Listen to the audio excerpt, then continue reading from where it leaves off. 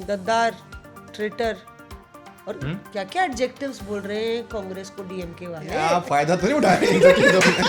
बहती गंगा में हाथ साफ कर लो। हमने तो बोल दिया Piyush sticking his neck out, हम तो क्रेडिट दे रहे थे।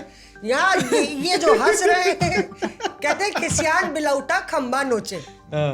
एक यूपी में कहावत है। नहीं, मैं पहली बात तो ये कि मैं पीयूष की उस पे नहीं हंस रहा था। ये सब सफाई देने से अब सफाई देने से कुछ नहीं होगा, अंगूर खट्टे हैं। मैं पीयूष जो वो अंगूर सड़ गए। हाँ जी। और इतने कॉन्फिडेंटली चौड़ में बोले थे मैथ इज नॉट मैथिंग। हमें भी लगा इतना कॉन्फिडेंस है मैथ इज नॉट मैथिंग, तो क्या हो ऐसा गया? है। फिर अमित की मैथिंग बिगड़ गई सोशल मीडिया पे। इस पे मेरा एक ही जवाब है कि वक्त अच्छा भी आएगा। नासिर होता है वैसे तो, लेकिन मैं अमित कर देता हूँ। एक कोई मीटिंग हुई, उस मीटिंग के अंदर राहुल गांधी भी बैठे हुए थे और एक दो नेता और बड़े कांग्रेस के बैठे हुए थे और सीट शेयरिंग को लेकर जिक्र करना था। ममता बनर्जी आई और सीधा आकर बोला, कोई हमसे कह रहा था कि मौसमी आप तो गई थी इतना दिन बंगाल, आप कांग्रेस दफ्तर देखने गई? तो मैंने कहा नहीं, मैं कांग्रेस दफ्तर तो गई नहीं, जरूरत नहीं पड़ी। ब्रेकिंग न्यूज देनी है, एक एमएलए चोरी हो गए तमिलनाडु में। ले हमारे कॉलेज के पीछे ये गली होती थी, हम उसे बैक मार्केट बोलते थे, पीछे का मार्केट था। तो हम वहाँ जाते थे तो कॉफ़ी पीने जाते थे। तो एक ने तो जो छोटा मंदिर बना रखा था उसमें भगवान थे। 11:05 पर रात को मेरे पास मैसेज आया कि शुभेंदु अधिकारी के पीए की गोली मारकर हत्या कर दी गई है। तब उस वक्त मैं अपने होटल में सोने जा रहा था, लेकिन उसके ठीक बाद मैंने तय किया कि नींद तो अब उड़ ही चुकी है। Reporters of air. ये चाय आज नहीं मिल रही है। नहीं, चाय की प्याली का जो कप है, चाय का जो ग्लास है, वो उल्टा है आज।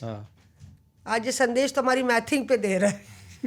भाई यहीं बैठ के जहाँ आज राहुल बैठा है वहाँ ये बैठे थे और इतने नहीं बोल लेने दो प्लीज। नहीं प्लीज मुझे बोल लेने दो। पीयूष नहीं है आज का, ऐश्वर्या तुम पूरी करो कमी। यहीं बैठ के मौसमी, यही कमरा था, दिन कोई और था, यही सोफा ये था हमारा बैठने वाला। हमारा सोफा ही यही है। हमारा मूड़ा। इतने कॉन्फिडेंटली चौड़ में बोले थे मैथ इज नॉट मैथिंग। हमें भी लगा इतना कॉन्फिडेंस है मैथ इज नॉट मैथिंग, तो क्या हो गया? फिर अमित की मैथिंग बिगड़ गई सोशल मीडिया पे। इस पे मेरा एक ही जवाब है कि वक्त अच्छा भी आएगा। नासिर होता है वैसे तो, लेकिन मैं अमित कर देता हूँ। वक्त अच्छा भी आएगा नासिर, गम न कर जिंदगी पड़ी है अभी। तो अभी तो एकाक चुनाव है, चुनाव आगे पीछे होते रहेंगे। मैथ जो है कभी कभी क्लिक करता है और कभी कभी क्लिक नहीं करता है। इस मामले को हम लोग सेटल करेंगे जब पीयूष और तुम आमने सामने होगे, तब देखेंगे। और सारे व्यूवर्स भी सेटल करेंगे। बहरहाल स्वागत कर देते हैं। देखिए, रात हो गई है पर हम लोग में जज्बा जो है वो कम नहीं है और हम लोग पूरी तरह से तैयार है। नमस्कार, आपका स्वागत है रिपोर्टर्स ऑफ एयर में। हमारे तीनों सहयोगी जो ग्राउंड रिपोर्टर्स हैं वो सामने बैठे हुए हैं, ऐश्वर्या, अमित और राहुल गौतम। और जो यहाँ नहीं बैठा है वो सर्वव्यापी है, पीयूष मिश्रा। बंगाल की खाड़ी से हमारे साथ जुड़ेंगे, नहीं अभी खाड़ी नहीं पहुँचे, कोलकाता से हमारे साथ जुड़ेंगे। और देखिए, ये बहुत 2 हफ्ते जो है हम लोग के लिए टैक्सिंग रहे हैं। हम लोग ने एक स्पेशल बम्पर एपिसोड भी आपके लिए चुनावी स्पेशल किया था, जिसमें आपको हमारे कुछ सहयोगी दिखे थे। सीता गीता की जोड़ी नहीं दिखी थी। लेकिन ये मिजाज जो रिपोर्टर्स ऑफ एयर का है वो डायनामिक है, कुछ प्लान नहीं होता, स्पॉन्टेनियस है। हम सारे अपने एक्सपीरियंसेस आपके साथ शेयर करते हैं और हम चाहते हैं कि आप पसंद करें, नापसंद करें, आलोचना करें, कुछ भी करें, पर कमेंट ज़रूर करें और सब्सक्राइब ज़रूर करें। तो आज की बदकही हम शुरू कर दें। शुरू करते हैं इस अंदाज से कि देखिए, एक आंसू भी हुकूमत के लिए ख़तरा है, एक आंसू भी हुकूमत के लिए ख़तरा है।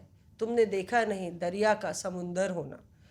और ये शेर अर्ज़ किया है मैंने बंगाल में जो सियासत जिस करवट बैठी है उसके लिए, मुनव्वर राना साहब का। क्योंकि हम लोग इस एपिसोड में, रात हो गई है, डिनर टाइम है, पर हम लोग ने कोशिश ये की कि हम सुबह ना करके इसको देर रात करें, ताकि जो भी घटनाक्रम घटे हैं, बंगाल में बड़ा ऐलान, शुभेंदु अधिकारी का दौर शुरू हो गया है, तमिलनाडु में विजय रथ आगे बढ़ गया है और उनका शपथ ग्रहण है, इन सब को डिकोड करने की कोशिश करेंगे। और इसी के साथ शुरू करते हैं आज की हम लोग गुफ्तगू। तो इतनी गड़बड़ कैसे हो गया, मैं तुम्हारे से ही शुरू कर देते हैं भाई। आज तुम्हारा ही दिन है यहाँ पे, और मैंने पीयूष के लिए गदा उठाई है, पीयूष के बिहाफ पर गदा उठाई है। तो बताओ भाई, क्या मिजाज रहा पिछले एक हफ्ते में, क्या आत्म मंथन किया गया और क्या डिकोड कर पाए तुम? देखिए, पहले तो मैं इस शो पे बहुत सारे लोगों के लिए वाइट पेपर भी लेके आया हूँ जो रिजल्ट आया उसके ऊपर। और दूसरा, जो नंबर्स थे, जो आंकड़े थे, आप चाहते हैं मैं शो की शुरुआत में ही डेटा सेट डाल के पूरा हेवी कर दूं? फोड़ डालो हाँ, फोड़ो तुम। तो ध्यान से सुनिएगा, क्योंकि डेटा है, कई बार इंटरेस्टिंग नहीं होता, और खासतौर पे पढ़ने लिखने के अगर आपको शौक नहीं हो तो डेटा और आपको ट्रबल करता है। तो लेकिन डेटा पे आते हैं ऐसा मुझे। करते हैं, फिर तुमको पॉज करते हैं हम सीधे तुम्हारा डेटा पे वापस आएंगे। पर हम चले जाते हैं आपके दाहिने हाथ। हाँ, ठीक है, right woman standing sitting Aishwarya on the right. हाँ, पहले आपसे she is sitting on the right and this time she is on the right. Aishwarya, ये आपने देखा था, मतलब कि हमने देखा है कि ऐसे में बीजेपी का सीएम कौन होगा कोई भाप नहीं पाता है, पर बड़ा दिलचस्प है, बीजेपी अपना ही ट्रेंड को पलटते हुए नजर आ रही है, नया ट्रेंड बनाते हुए। बीजेपी अपना ही ट्रेंड बदलते हुए नजर आ रही है, नया ट्रेंड बनाते हुए, कि सम्राट चौधरी का नाम फ्रंट रनर में चल रहा था और सम्राट चौधरी हो गए। असम में भी कोई सरप्राइज नहीं था, बट ऑब्वियस था। और शुवेंदु अधिकारी, राहत की आप सांस ले रही हैं, क्यों? आप सुबह से कह रही थी शुवेंदु ही बनेंगे, शुवेंदु ही बनेंगे, और वो इस बारी राइट टाइम हो गया। बिल्कुल राइट टाइम हो गया, क्योंकि बीजेपी के साथ जो हम सब जानते भी हैं, हमने देखा मध्य प्रदेश, हमने देखा राजस्थान, तो कहीं ना कहीं लोगों को लग रहा था ऐसा ना हो कि कोई एक ऐसा नाम आए महिला। मैं आपको बता दूं, एक थोड़ी सी बात कहीं सुनने में ये भी थी कि हो भी सकता है कि एक महिला चीफ मिनिस्टर ये दें, क्योंकि आपके सामने अब जो होगा वो हार गई अपनी सीट, लेकिन टीएमसी ऑपोजिशन में बैठेगी। आम आदमी पार्टी के लिए जैसे बोलते हैं, वैसे मुझे लगता है टीएमसी भी बहुत धाकड़ ऑपोजिशन पार्टी होने वाली। सड़कों पे वो आपको दिखेंगे, अभी 2-4 दिन बीत जाने दीजिए तो आपको नजर आएंगे वो लोग। तो कहीं ना कहीं शुवेंदु अधिकारी के साथ, लेकिन एक बात जो है, एक बार नहीं 2 बार जाइंट स्लेयर रहे हैं वो। पहले भी हरा चुके हैं ममता बनर्जी को, इस बार भी हरा चुके हैं, और शुवेंदु अधिकारी वॉज एट इट। तो कहीं ना कहीं बीजेपी को ये लगा कि भाई इफ नॉट ही तो फिर दिक्कत होगी। टीएमसी से आए हैं, बहुत क्लोज रह चुके हैं, तो जिस तरह से टीएमसी को टैकल करना होगा। कुश्ती देखी है आपने? लड़ी भी होगी बचपन में, मैंने तो अपने भाई के साथ बहुत लड़ी थी। तो उसमें क्या है, वो टैक्टिकल करना पड़ता है कई बार, आपको उठा पटक ना हो जाए। तो किसी भी अगर स्ट्रॉन्ग को नहीं रखोगे बंगाल में तो दिक्कत हो सकती है। और मैसेजिंग, जो गाड़ी में बैठ के विजुअल्स आए थे ना, कि एयरपोर्ट से गृह मंत्री निकले, गाड़ी में बैठ के शुवेंदु के साथ गए, तो कहीं ना कहीं बीजेपी ने मैसेजिंग पे भी इस बार काफ़ी ध्यान दिया। अच्छा, बड़ा दिलचस्प है, क्योंकि आपने कुश्ती का जिक्र किया बीजेपी के लिए। मुझे कुश्ती के जिक्र से राहुल गांधी की वो स्पीच याद आ गई, जो उन्होंने संसद में कुश्ती के बारे में बताते हुए बोला कि ये जूडो में ऐसा होता है वैसे कि आप पिन डाउन अगर आप करते हैं अपोनेंट को, तो जो शुवेंदु अधिकारी हैं, आप पॉलिटिकल हैवीवेट को हराते हैं, तो आप टैक्टिक उनकी वहाँ लोकल लेवल पे जानते हैं। तो पिन डाउन करने के लिए आपको क्या करना पड़ता है जूडो में, तो मुझे मालूम है कि आपको शोल्डर्स जो है अपोनेंट के डाउन करने होंगे। दैट मीन्स कंप्लीट एनाहिलेशन, मतलब पूरा कंट्रोल है, वो कोई भी अपनी मूव नहीं कर पा रहा है, आपने रीड कर लिया, और वो जब तक वो गिव अप नहीं कर दे, टैप कर दे। लेकिन यहाँ तो दीदी गिव अप उन्होंने किया ही नहीं, इस्तीफा भी नहीं दिया। टेक्निकली मैटर भी नहीं करता। तो जब हाउस डिसॉल्व हो गया है तो वो हाउस की कोई अहमियत नहीं है, और वो चुनाव वैसे भी प्रेजेंट हाउस में मेंबर भी नहीं है, तो फर्क तो पड़ता नहीं है। अब खैर कुछ लोग समझाएंगे उनको। ऐसा होता है कई बार, मुझे लगता है कि मैं सोचना, एक विजुअल देख रहा था असल में। Was she a bad loser, or do you think that the situation was such, Amit, that she had to do what she had to do? I mean, temperamental आप कह सकते हैं, ऐसे पॉलिटिशियंस टेम्परामेंटल होते हैं, और यही ममता बनर्जी की कहानी भी है। आप अगर एमके स्टालिन की तस्वीरें देखेंगे जब वो निकल रहे हैं, और इनफैक्ट वो यही अलग करता है एमके स्टालिन, ममता बनर्जी या अरविंद केजरीवाल जैसे नेताओं को एक दूसरे से, क्योंकि हार और जीत दोनों ट्रैजेक्टरी उन्होंने देखी है डीएमके ने। सत्ता में रहना, सत्ता से बाहर जाना, फिर संघर्ष करना। ममता बनर्जी की ट्रैजेक्टरी क्या है, जब कांग्रेस से वो निकली तो संघर्ष का एक लंबा समय है जिसमें गोली कांड से लेके और सारी चीजें हैं, और फिर सीधे राइटर्स बिल्डिंग फतेह करना और राइटर्स बिल्डिंग में नहीं घुसना, नबन्ना बनाना, जहां से अब ये चर्चा चल रही है कि नबन्ना में सरकार चलेगी या राइटर्स बिल्डिंग से चलेगी। तो उसके बाद तो ममता बनर्जी ने सिर्फ सत्ता देखी है, 2011 फिर 16 फिर 21, और 21 में तो जब 24 में इनफैक्ट जब प्रधानमंत्री नरेंद्र मोदी को लेके 400 पार का नारा लग रहा था, तो इम्पॉसिबल स्ट्राइक रेट 70% का स्ट्राइक रेट लोकसभा में टीएमसी ने हासिल किया। तो इसकी वजह से हो सकता है आप प्रिपेयर्ड नहीं होते हैं कई बार इस तरह के झटके के लिए, और इतना बुरा होगा रिजल्ट, इसके लिए तो तृणमूल में कोई भी प्रिपेयर्ड नहीं था। क्या आंकड़े आपके बता रहे हैं? हाँ, मैं डेटा पे आता हूँ इनफैक्ट क्यों प्रिपेयर्ड नहीं था। और जब हम ये बात कर रहे थे ना, जब मैं मैथ इज नॉट मैथिंग की बात कर रहा था, तो कई बार क्या है, हम सब पॉलिटिकल रीडिंग जब करते हैं तो बहुत सारा डेटा सेट ध्यान में रख के करते हैं।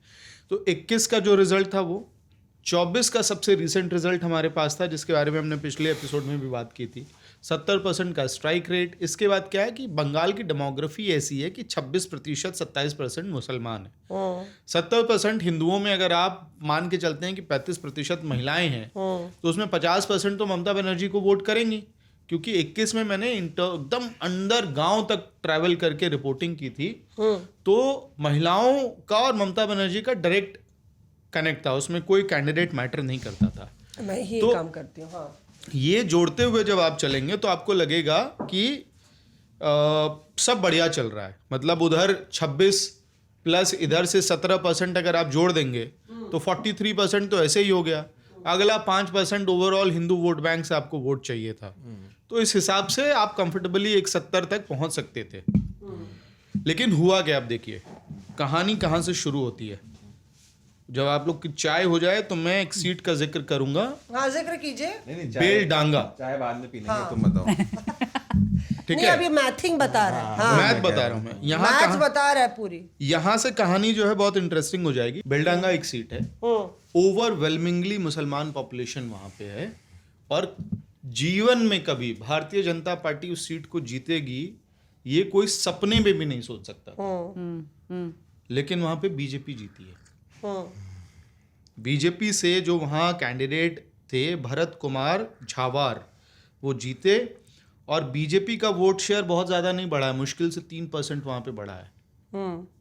हुआ क्या कि वहाँ वोट स्प्लिट हो गया है टीएमसी के बीच में, और जो कांग्रेस है और सीपीएम, तीनों के बीच में वहाँ पे मुसलमान वोट स्प्लिट हुआ है, 3 वे स्प्लिट हुआ है उस सीट पे। अब आगे बढ़ेंगे, यहाँ इनफैक्ट बेलडांगा में जब पिछली बार चुनाव लड़े थे तो टीएमसी का वोट शेयर था 55%, ठीक है, इस बार घट के आ गया 26% पे। कांग्रेस का वोट शेयर जो है वो 13% पे चला गया, 13 से 17% पे चला गया, और हुमायूं कबीर ने यहाँ पे लगभग 20% वोट काट लिया है। सीपीएम नहीं थी इस सीट पे जिसने डैमेज किया, तो टीएमसी, कांग्रेस और हुमायूं कबीर की पार्टी, ये डैमेज है वहां पे। इंटरेस्टिंग। हाँ। आप यहां से आगे बढ़िए, 29 कैंडिडेट कांग्रेस के जो हैं उन्होंने 20,000 का मार्क पार किया है। 29 में 23 कैंडिडेट मुसलमान हैं। आईएसएफ का जो ग्रोथ है वो इस बार 23 कैंडिडेट ऐसे हैं जो 10,000 से ज्यादा वोट लेके आए। हुमायूं कबीर की पार्टी ने इनको 2 जगह तो हुमायूं कबीर खुद जीत गए, और 2 जगह इनसे डायरेक्ट फाइट में आ गए। जो 24 साउथ परगना है जहां पे 31 में से 30 सीटें जीती थी तृणमूल पिछली बार, वहां पे आईएसएफ ने 2-3 सीटों पे इनको पानी पिला दिया है। तो हुआ क्या है कि वोट शेयर डिवाइड हुआ है आपका, 3 वे स्प्लिट। अब इसको मैंने कई एक्सपर्ट से भी इस पे बात की, जब मैंने लिस्ट बड़ी लंबी हो सकती है। कांडी एक सीट है, वहां पे ये खेल हुआ है। जांगीपुर में टीएमसी हारी है क्योंकि इस तरह का 3 वे स्प्लिट हुआ है। करण डीगी एक सीट है, वहां पे 3 वे स्प्लिट हुआ है, वहां उसकी वजह से तृणमूल हारी है। जलांगी एक सीट है, वहां हुआ है। भगवान गोला में ये हुआ है। तो ट्रेंड जो है बहुत डाइवर्स एरियाज में, मालदा, मुर्शिदाबाद, उत्तर दिनाजपुर, साउथ 24 परगना, नॉर्थ 24 परगना, ये सब जगह पे डिवीजन हुआ है। अब मैंने, क्योंकि डेटा सेट मैं चाहता ये नहीं था कि 2026 का डेटा देख के इसको निपटा दूं, फिर 21 के डेटा पे मैं गया तो स्प्लिट वहां से और ज्यादा क्लियर होता है। एक्सपर्ट से बात की मैंने, एक्सपर्ट्स ने मेरे दिल में जो एक ओपिनियन जनरेट हो रही थी उसको और फर्दर नुआंस किया ये कह के कि ये डबल वैमी हो गई ममता बनर्जी के लिए। एक तरफ जो बीजेपी और संघ परिवार का इकोसिस्टम था उसने ममता बानो शब्द चिपकाने का जो प्रयास किया वो चिपक गया, अर्बन में भी रूरल में भी। तो आप सेकुलर पार्टी, मुस्लिम अपीजमेंट, ये सारे आपने जो है तमगे चिपकाए तृणमूल पे। तो हिंदू कंसोलिडेशन हुआ। जितनी सीटों का मैंने नाम लिया है, पढ़ने लिखने की कोई शौकीन हो डेटा सेट उठा के देखिए, या इंडिया टुडे की वेबसाइट पे आपको स्टोरी मिल जाएगी, वहां जाके पढ़िए। आपको दिखेगा कि हिंदू कंसोलिडेशन से बीजेपी का वोट शेयर 3%, 4%, 5% बढ़ा है, कहीं कहीं पे 10% बढ़ा है, और तृणमूल का वोट शेयर कई सीटों पे 60 से घट के 30 पे आ गया है। तो एक तरफ हिंदू कंसोलिडेशन और दूसरी तरफ 3-वे स्प्लिट, खेल खराब। तो ये ऐसे कई फैक्टर्स हैं। मतलब मैं राहुल पे आती हूँ इस पे, जो अमित कह रहा है कि जैसे कि अगर आप मुस्लिम कॉन्स्टिट्यूंसीज देखिए जहाँ 25% तक मुसलमान हैं, दीज आर ऑलमोस्ट 166 कॉन्स्टिट्यूंसीज। उसमें अगर आप देखें तो जो तृणमूल का, सेकेंड डेट काउंटर नहीं करूंगी, सेकेंड कर देती है अमित को, कि जो तृणमूल का वोट शेयर डिप हुआ है वो लगभग 8% है in Muslim dominated seats which are like 25% to 30-40%, और बीजेपी का वोट शेयर जो है वो 6% से ज़्यादा बढ़ा है। So they both became neck to neck around 41% in these seats which are 25% Muslim. दोनों को 41% का वोट शेयर मिला है, but BJP has been able to pull off those seats. तो मैं ये कह रही हूँ कि जो कांग्रेस का एंगल आता है इसमें, मतलब राहुल गांधी ने एक ट्वीट पुट आउट किया और अखिलेश पर भी आते हैं फिर, क्योंकि और आज दिन शुवेंदु का भी है तो शुवेंदु साहब के बारे में भी चर्चा करेंगे। राहुल, मैं क्विकली आपसे, कांग्रेस के नेताओं से बात हुई आपकी कि क्या कह रहे हैं? मतलब राहुल गांधी का ट्वीट आया कि डोंट ग्लोट ओवर बंगाल का हार, पर उससे पहले मेरी कई नेताओं से बात हुई थी। अब बोले कि भाई देखिए, ममता ने हम लोग को जगह जगह डिच किया। सबसे पहले टीएमसी ने जब चुनाव, बीजेपी ने चुनाव लड़ा था, 1998 की बात है, तो तृणमूल के साथ अलायंस में लड़ा था, और सबसे पहले उसने एमपी बने थे बीजेपी के, तब तृणमूल के सहयोग से अलायंस में बंगाल में भी एमपी बने थे, और जब पहला विधायक भी बना है तो अलायंस में बीजेपी के बना है। तो life has come full circle for the Congress, आपको लगता है? अब अभी आरजी कह रहे हैं, राहुल गांधी कह रहे हैं कि आप ग्लोट मत करिए, खुशी मत मनाइए कि ममता बनर्जी बाहर हो गई हैं। अभी 2 हफ्ते पहले वो बोल रहे थे कि ममता बनर्जी जो हैं वो बीजेपी को रास्ता दिखा रही हैं, सिंडिकेट बता रहे थे, और तमाम तरह के उन्होंने आरोप लगाए, हमले करे ममता बनर्जी के ऊपर। और अब जब मिशन सक्सेसफुल हो गया है जब वो बाहर हो गई हैं, तो आप बोल रहे हैं कि खुशी मत मनाइए। देखिए, कांग्रेस का एक जो रिश्ता है वो टीएमसी के साथ में, वो बंगाल का कम है और पार्लियामेंट का ज़्यादा है। फ्रैंकली आपको बताऊँ, उसमें ज़्यादा बंगाल के अंदर उनको मालूम है कि ममता बनर्जी हमको स्पेस देने नहीं वाली। मैं एक छोटा सा किस्सा बताऊँ आपको। इंडिया ब्लॉक का मुझे एक नेता ने बताया था, जब इंडिया ब्लॉक में जब ममता बनर्जी थी, उस समय पर यह बात हो रही थी कि ममता बनर्जी कितनी सीट देंगी कांग्रेस पार्टी को। आप मानेंगे, मतलब ये जिसने मेरे को बताया वो काफ़ी सीनियर व्यक्ति। कौन से साल की बात कर रहे हैं?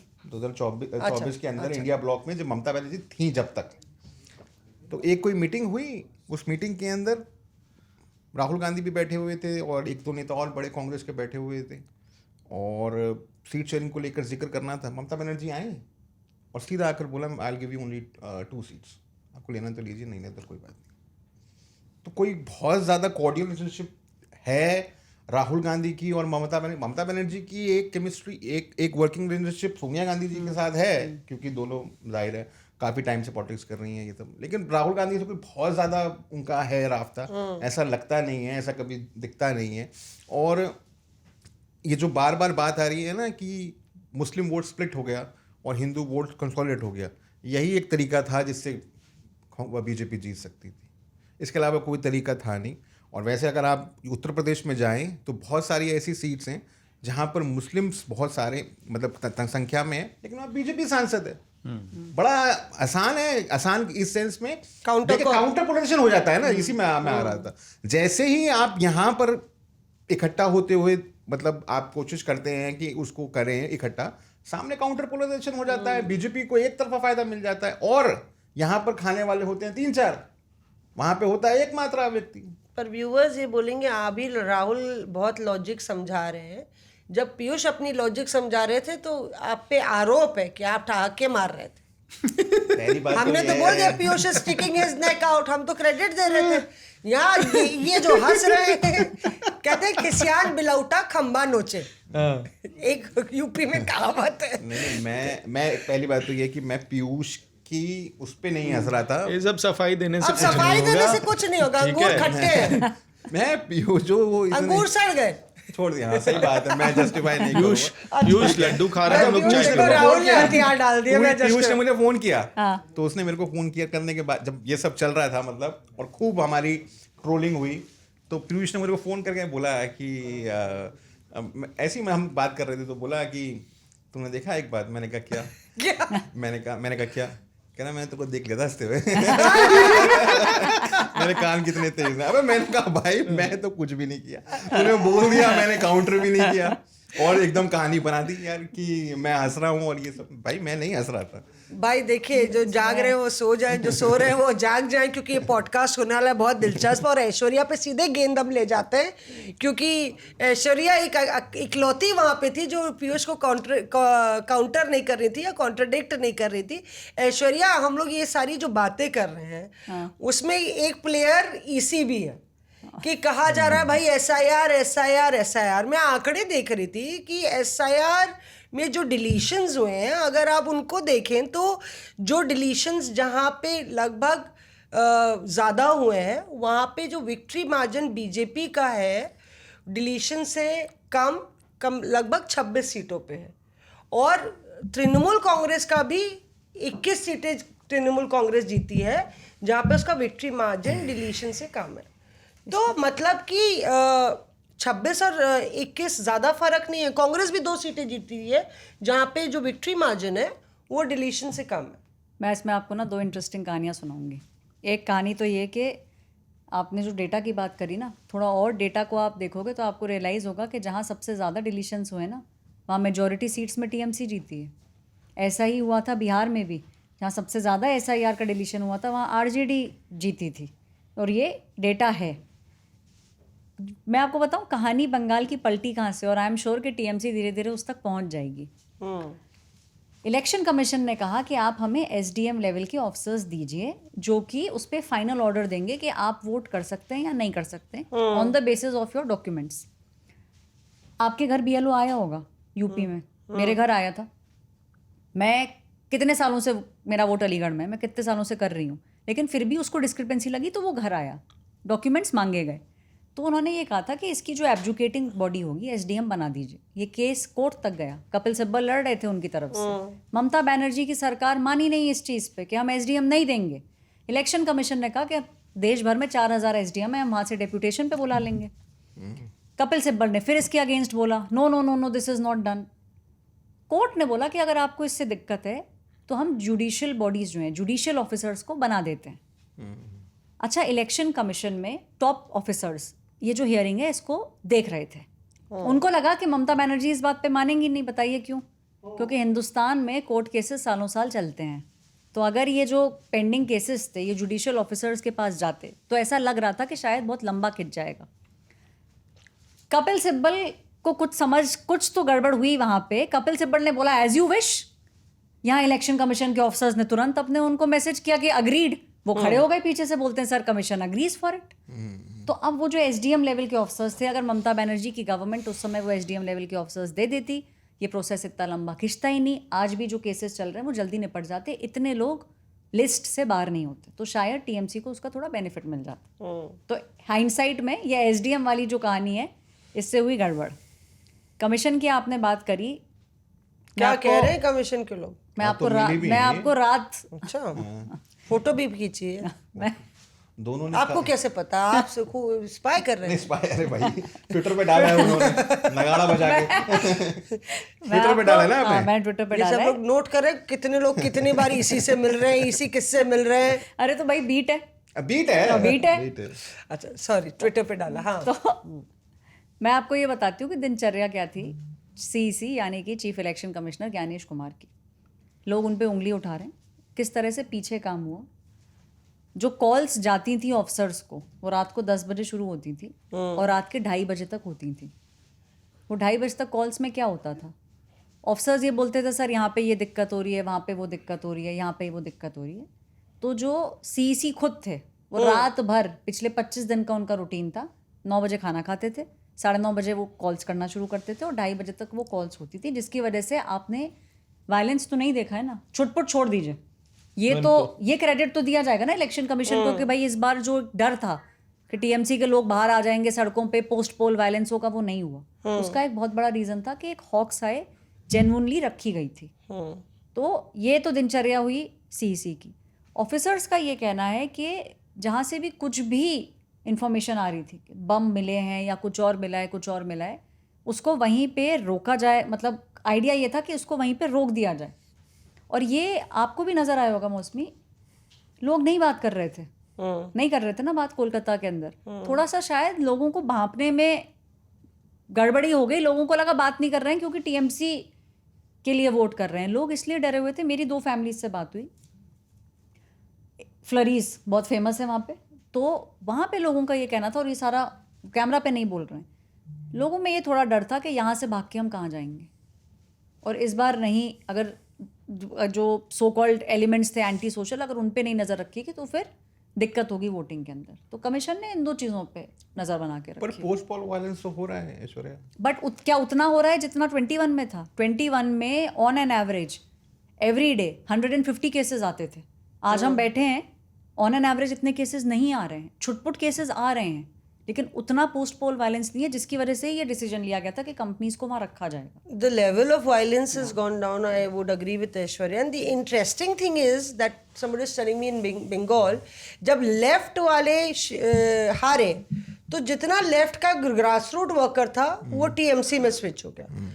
आप बता रहे हैं जब टीएमसी वाले हारे हैं, जो ये हफ्ता वसूली भी क्यों भाजपा के लिए एक बहुत बड़ी चुनौती होगी बंगाल को चलाना, बिकॉज बंगाल का कैरेक्टर जो है पॉलिटिकल लैंडस्केप आप कैसे चेंज करेंगे, क्योंकि वो जो लेफ्ट वाले हैं, लेफ्ट से टीएमसी से बीजेपी का गमछा पहने हुए अब बहुत सारे लोग भाजपा ही हो गए।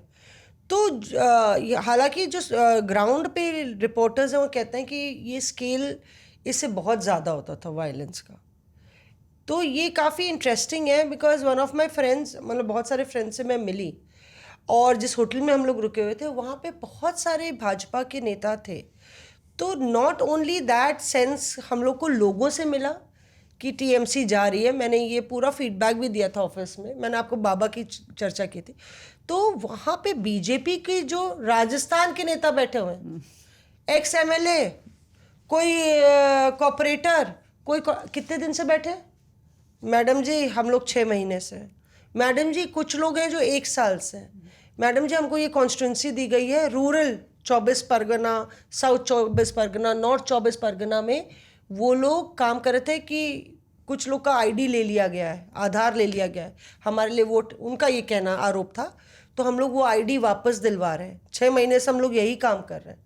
उनके साथ लोकल लीडर्स थे बीजेपी के, लेकिन राजस्थान से लेके गुजरात, गुजरात से लेके यूपी तक इन लोग ने, और पूरा आरएसएस ने बता रहे हैं कि हर एक कॉन्स्टिट्यूंसी में 700 से ज़्यादा मीटिंग्स की हैं, जो एक तरीके से वोटर सेंसिटाइजेशन को लेके और सारी चीज़ों को लेके पिछले 5 साल से हर एक कॉन्स्टिट्यूंसी में। शाखाएं तो अलग बात है, और ये भी कि वोटर अवेयरनेस कैंपेन्स। ये आप थोड़ा और रिवर्स गियर मारो, ये सिर्फ 5 साल नहीं, ये 2016 में आरएसएस में डिसीजन लिया गया था कि आपको लोगों तक घर घर आप कैसे कोई मैसेज पहुंचाओगे। तो बेसिकली प्रचारक कौन होते हैं? वो होते हैं जो घर घर जाके ये मैसेज देते हैं, क्योंकि कई सारे जगहों पे, स्पेशली जो बांग्लादेश के पास हैं, आपको बहुत सारी न्यूली कंस्ट्रक्टेड मॉस्क्स दिखेंगी, मुझे तो दिखी, मैंने शूट भी किया। तो ये जो एक फियर था लोगों में, जिसके बारे में लोग बात कर रहे हैं, ये बहुत रियल फियर था। और जो इसने बोला अमित ने ये वर्ड कि ममता बानो, ये वर्ड कॉइन किया गया ताकि लोगों को ये बताया जा सके कि यहाँ से जाओगे तो आखिर जाओगे कहाँ। तो ये और रिवर्स गियर आप मारोगे ना, तो 2016 से ऑन द ग्राउंड मुहिम चल रही थी, और इस फसल को काटने के लिए खाद तब से डाली जा रही थी, स्पेशली बाय आरएसएस। इसमें एक ज़रूरी, क्योंकि ऐश्वर्या बता रही हैं, तो 2000 बेसिकली क्या है कि संघ परिवार, और हम लोग हाँ सिर्फ ग्राउंड पे चीज़ें नहीं देखते हैं, बाकी भी पढ़ाई लिखाई करते हैं। तो संघ परिवार का एक जो डिसीजन मेकिंग बॉडी है, अखिल भारतीय प्रतिनिधि सभा, वो सारे संगठनों के लिए, भाजपा के लिए भी, फ्रंटल ऑर्गेनाइजेशंस के लिए भी, अगर गलत नहीं हूँ मैं, तो सबके लिए एजेंडा तय करती है। It's like the real think tank for the संघ परिवार। 2017 की मीटिंग में ABPS में तय हो गया था कि ममता बनर्जी को बंगाल से हटाना है, और उसके पीछे यही कारण था। उन लोगों का मानना था कि इलीगल इमिग्रेंट्स का प्रॉब्लम बहुत ज़्यादा बढ़ रहा है। जो JMB है बांग्लादेश का, उस समय तक तो टेरर ऑर्गेनाइजेशन के तौर पे ही देखा जाता था। उस जमात का प्रेजेंस इस तरफ आ जाना, एक दो घटनाएं हुई थी जहाँ पे एक बच्चा कोई खेलते हुए सड़क पे बॉल मारता है थैले पे और वो ब्लास्ट हो जाता है, क्योंकि उसमें, और वो ऑपरेटिव्स JMB के थे जो बंगाल में घूम रहे थे। तो ये बहुत सारे उसमें टिफ पॉइंट्स थे, लड़ाई के पॉइंट्स थे। तो ये करते करते उसमें तय हुआ था 17 में कि ममता बनर्जी को ख़त्म करना है, यहाँ से उनकी सरकार को निपटाना है, क्योंकि उनका मानना था इलीगल इमिग्रेंट्स का प्रॉब्लम हमारे लिए बहुत ज़्यादा बढ़ रहा है। और उसमें पूरा pre partition trauma, post partition trauma, सारी चीज़ों को होलिस्टिकली लेके ये एजेंडा तैयार किया गया था। लंबा काम था इसमें, और किस लेवल का काम होता है संघ का, ये भी हमें समझना पड़ेगा। जिस एरिया में वायलेंस की हम बात कर रहे थे अभी जो थोड़ी देर पहले, आसनसोल बीरभूम वाले इलाके में आपको दिखा होगा कि शुरुआती वायलेंस वहाँ हुआ था। क्यों हुआ? क्योंकि वहाँ पे संघ ने, उनकी शाखाओं ने अपनी जड़ें, 2021 में जब मैं उन इलाकों में ट्रैवल कर रहा था, तो अप एंड रनिंग शाखाएं थी जो ऑर्गेनिकली चल रही थी। छोटे छोटे गाँवों में, छोटे छोटे कस्बों में फुटबॉल क्लब्स चल रहे थे। उनके शाम का खेलने का एक शाखा चलती है संघ में, आपको पता है। छोटे बच्चों को फुटबॉल या किसी और तरह के गेम में इन्वॉल्व करके उनको इकट्ठा किया जाता है। तो ये सब काम पहले से हो रहा था। खाने को लेके एजेंडा था, पढ़ाई में यानी कि किताबों में जो शब्दों का इस्तेमाल हो रहा है, कैसे उर्दू शब्द हिंदी शब्दों को रिप्लेस कर रहे हैं, इसको लेके बातचीत घर घर तक पहुंचाई जा रही थी। और इसके साथ साथ जो डे टू डे लाइफस्टाइल में, आपके कल्चर में, बंगाली कल्चर पे जो इस्लामिक इन्फ्लुएंस हो रहा है, उसको पॉइंट आउट करके बताना शुरू किया गया। 21 के चुनाव में जो इंटेलेक्चुअल विंग है RSS का, वो लोग इसको जमीन तक पॉपुलेट कर चुका था। तभी हम लोगों को लग रहा था कि हो सकता है ये सुनामी 21 में ही आ जाएगी और शायद शुवेंदु ही निपटा दे ममता बनर्जी को। बट तब ऊपर से इन्फोर्स था, अब नीचे से ऑर्गेनिकली बीजेपी के लिए चीजें काम करने लगी थी। थोड़ा सा अधीर रंजन के बारे में बता देंगे कि अधीर रंजन जो है टाइगर ऑफ बंगाल, वो क्या होने वाला है? मतलब राहुल गांधी ने उनको संदेश दिया था, क्या क्या मतलब है? मतलब अधीर दादा नाराज, बहुत नाराज हैं। अधीर रंजन चौधरी बहुत नाराज हैं, और नाराज इस वजह से हैं क्योंकि वो लिटरली मतलब गिड़गिड़ाते रहे, मैं शब्द इस्तेमाल कर रहा हूँ, वो रिक्वेस्ट करते रहे कि भाई आप जो है राहुल गांधी या प्रियंका गांधी की कम से कम रैली मेरे को मिल जाए अपने इलाके के अंदर। वो नहीं मिली उनको। बाद में सचिन पायलट को जो है वहाँ भेजा गया। सचिन पायलट के लिए भी मुझे बताया गया कि एक बड़ा लंबा रोड शो था, उसमें सचिन पायलट को जुटना था। सचिन पायलट जो है वो, उनका चॉपर लेट हो गया। चॉपर लेट होने की वजह से वो आधी जगह, मतलब आधा रोड शो ओवर होने के बाद वो आए, कितनी मुश्किल से उनको जीप पर चढ़ाया गया। इमरान प्रतापगढ़ी का वो लगातार एक कार्यक्रम मांगते रहे, लेकिन चॉपर ही नहीं मिला इमरान प्रतापगढ़ी को। फिर अधीर रंजन चौधरी की तरफ से कहा गया कि भाई मैं सब कुछ कर देता हूँ, आप आ जाइए। वो नहीं आ पाए। राहुल गांधी 23 तारीख को चुनाव हो गया अधीर रंजन चौधरी का। 25 तारीख को या 26 तारीख को राहुल गांधी दोबारा से बंगाल जाते हैं कैंपेन करने के लिए। उन्होंने कहा, मतलब जो उनके करीबी हैं उनसे मेरी बात हुई, उन्होंने कहा कि एक कार्यकर्ता ने हमको फ़ोन करके ये नहीं कहा कि आप आ जाइए, कि राहुल गांधी आ रहे हैं, आप जो हैं, आपको कल तक तो आपको फेस ऑफ बंगाल कांग्रेस बताया जा रहा था, एक आदमी ने नहीं कहा कि आप आ जाइए राहुल गांधी के साथ आप मंच पे।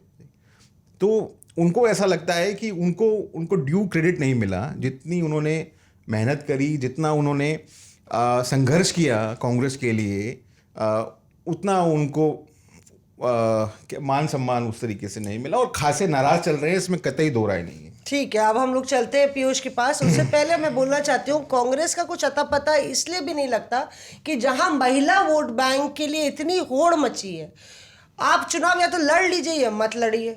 मतलब इतनी होड़ मची, प्रियंका गांधी आपकी स्टार कैंपेनर जाते ही नहीं है बंगाल। कोई हमसे कह रहा था कि मौसमी आप तो गई थी इतना दिन बंगाल, आप कांग्रेस दफ्तर देखने गई? तो मैंने कहा नहीं, मैं कांग्रेस दफ्तर तो गई नहीं, ज़रूरत नहीं पड़ी। नहीं तो कहते हैं कि आप कांग्रेस दफ्तर देखते, एक नेता है वो सिर्फ एक डीजे लेके और 2 लोगों को लेके अपनी गाड़ी में चले जा रहे हैं, चल रहे हैं, प्रचार कर रहे हैं।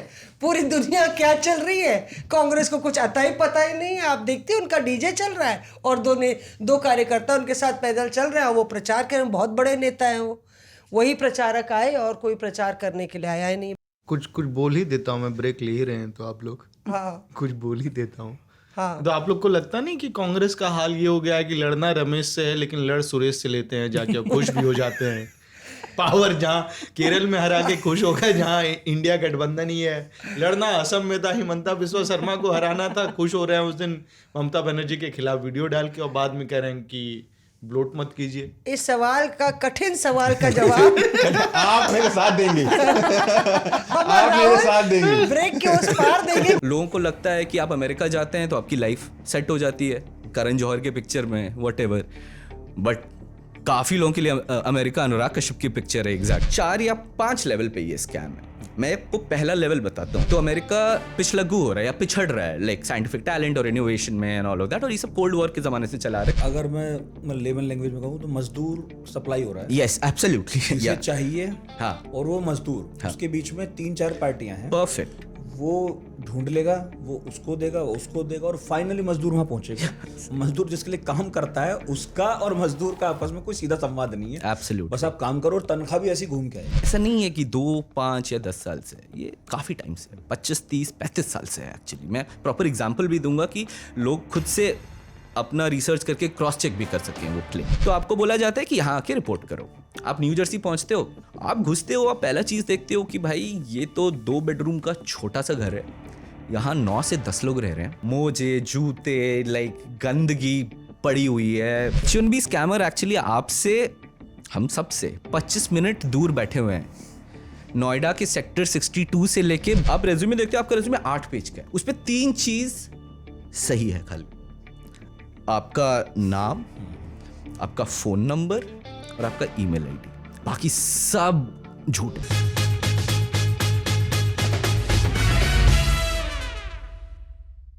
इसकी तबीयत इतनी बिगड़ गई, पैरासिटामोल पे कल चल ही रहा है। मुझे गड़बड़ लग रहा था, मैं ऑफिस बैठ गया पूरे दिन। गड़बड़ तो तुम्हें 4 तारीख से ही लग रहा है। 4 तारीख से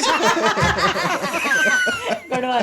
ब्रेक के बाद आपका स्वागत है। केसी वेणुगोपाल का फाइट है, याद है आपको? क्या? जब अशोक गहलोत को और उनको लेकर आते हैं। हाँ, अशोक गहलोत और सचिन पायलट में लड़ाई, आपको पता ही है, जो पूरा चल रहा था। हाँ। उसके बाद बहुत दिनों में चल रहा था कि आला कमान बुलाएगा दोनों को, आला कमान बुलाएगा, आला कमान बुलाएगा। वैसे गलत हुआ सचिन पायलट के साथ, मैं अपने 2 टूक दे दूं यहाँ पे। हाँ, नहीं बताइए। तो हाँ, वो हाँ, केसी वेणुगोपाल का थोड़ा हिंदी कमजोर है ना, तो केसी वेणुगोपाल दोनों को पकड़ के बाहर लेकर आए, सारे माइक वाइक टूट रहे हैं एक दूसरे के ऊपर, कैमरे मतलब एकदम क्योस है। आए दोनों का हाथ पकड़ के, सचिन पायलट और अशोक गहलोत ने हाईकमान को छोड़ दिया। बोला क्या? बोला हाईकमान पर छोड़ दिया कि जो फाइनल कॉल है वो आला कमान ले ले, अब क्या करना। भाई जादूगर भी सोच रहे होंगे ये क्या बोल रहे दोनों हैं। आगे ऐसे निकल गए, या वो वीडियो देखो।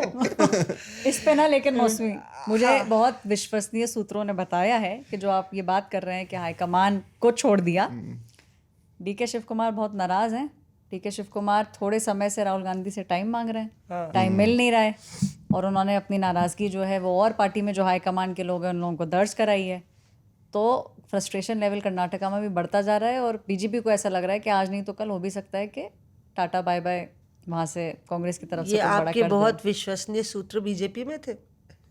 कांग्रेस में थे। नहीं, अब तो बीजेपी वाले भी कहेंगे तो मान लेंगे। खैर, हम लोग बात कर रहे थे खान पान की भी बंगाल के, और बंगाल की पूरी सियासत पे हम लोग ने चर्चा की, पर हमारे जो स्टार रिपोर्टर्स अफेयर के स्टार प्रचारक हैं वो अभी बंगाल में ही है, और आपको पीयूष दिया मौका हिसाब बराबर करने का। आपके दोनों जो टारगेट्स हैं वो यहाँ बैठे हुए हैं। तो सबसे पहले, क्योंकि मुख्यमंत्री कौन होगा ये बात साफ हो गई है, ऐलान हो गया है, तो आप ही बता दीजिए कि भाई और किसकी बारी आने वाली है, किसकी लॉटरी लगने वाली है और कौन पीछे छूटने वाला है। क्योंकि दिलचस्प ये भी है कि प्रस्तावक दिलीप घोष ही थे, रेखा गुप्ता को प्रपोज करने के लिए प्रस्तावक प्रवेश वर्मा ही थे, और सम्राट चौधरी को प्रपोज करने के लिए प्रस्तावक विजय सिन्हा ही थे। तो किसमें कितना है दम, जरा बताइए वहां से। एक बात मैं भी कहना चाहता हूँ पीयूष को कि यार हल्का रखियो यार। नहीं पीयूष तुम बोलो।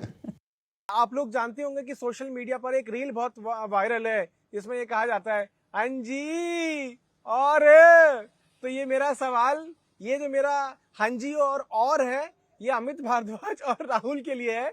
पिछली बार राहुल हंस रहे थे ना, इस बार देखो क्या स्थिति हो गई है।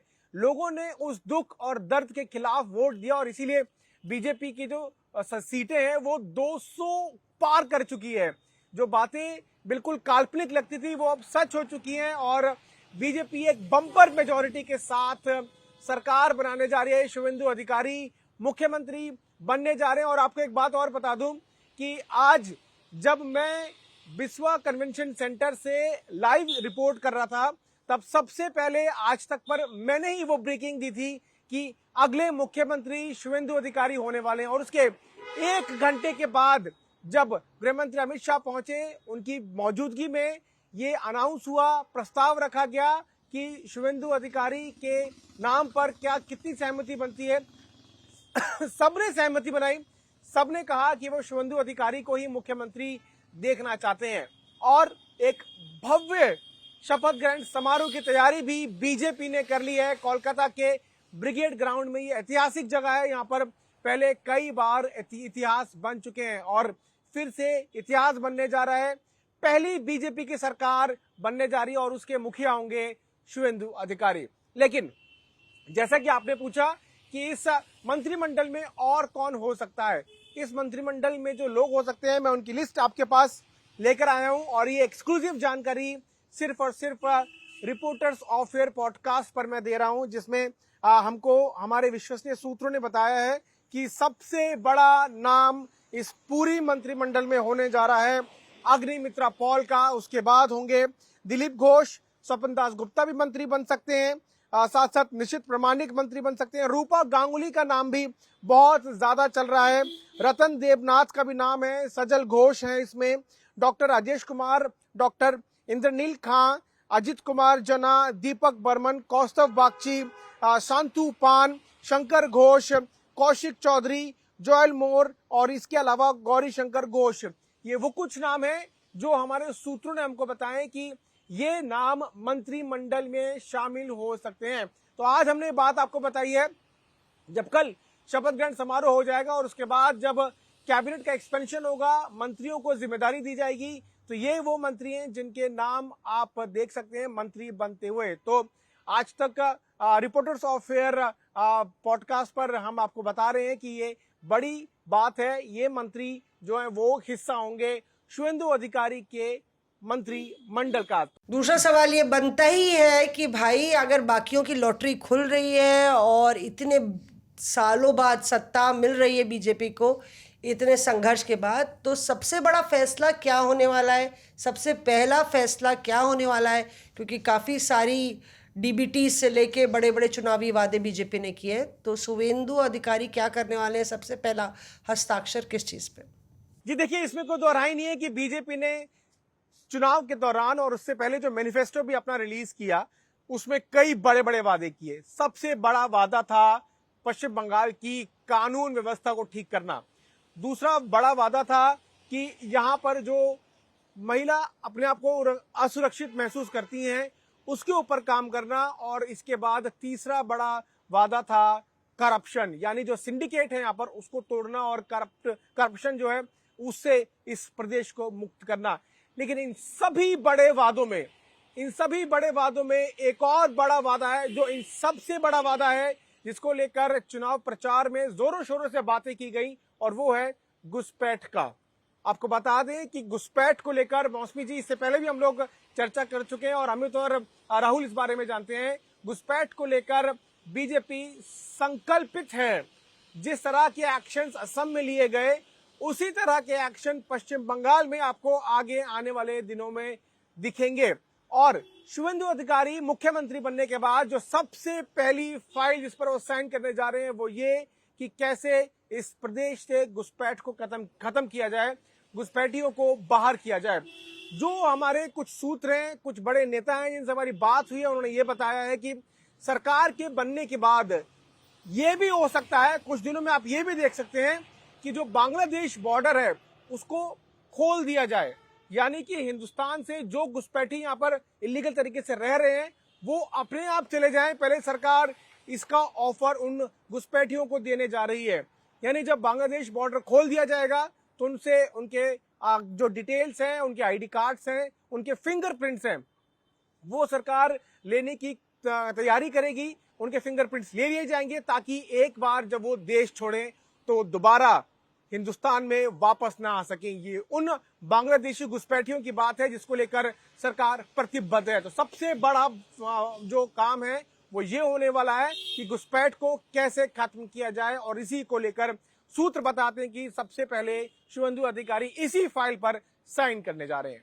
जी बहुत बढ़िया पीयूष, आपने बहुत ही धुआंधार वहाँ पे कवरेज किया है। मैंने देखा आपने किस तरह से ग्राउंड पे पूरी रात भर रिपोर्टिंग की जब शुवेंदु अधिकारी के जो पीए हैं उनकी हत्या की खबर आई थी।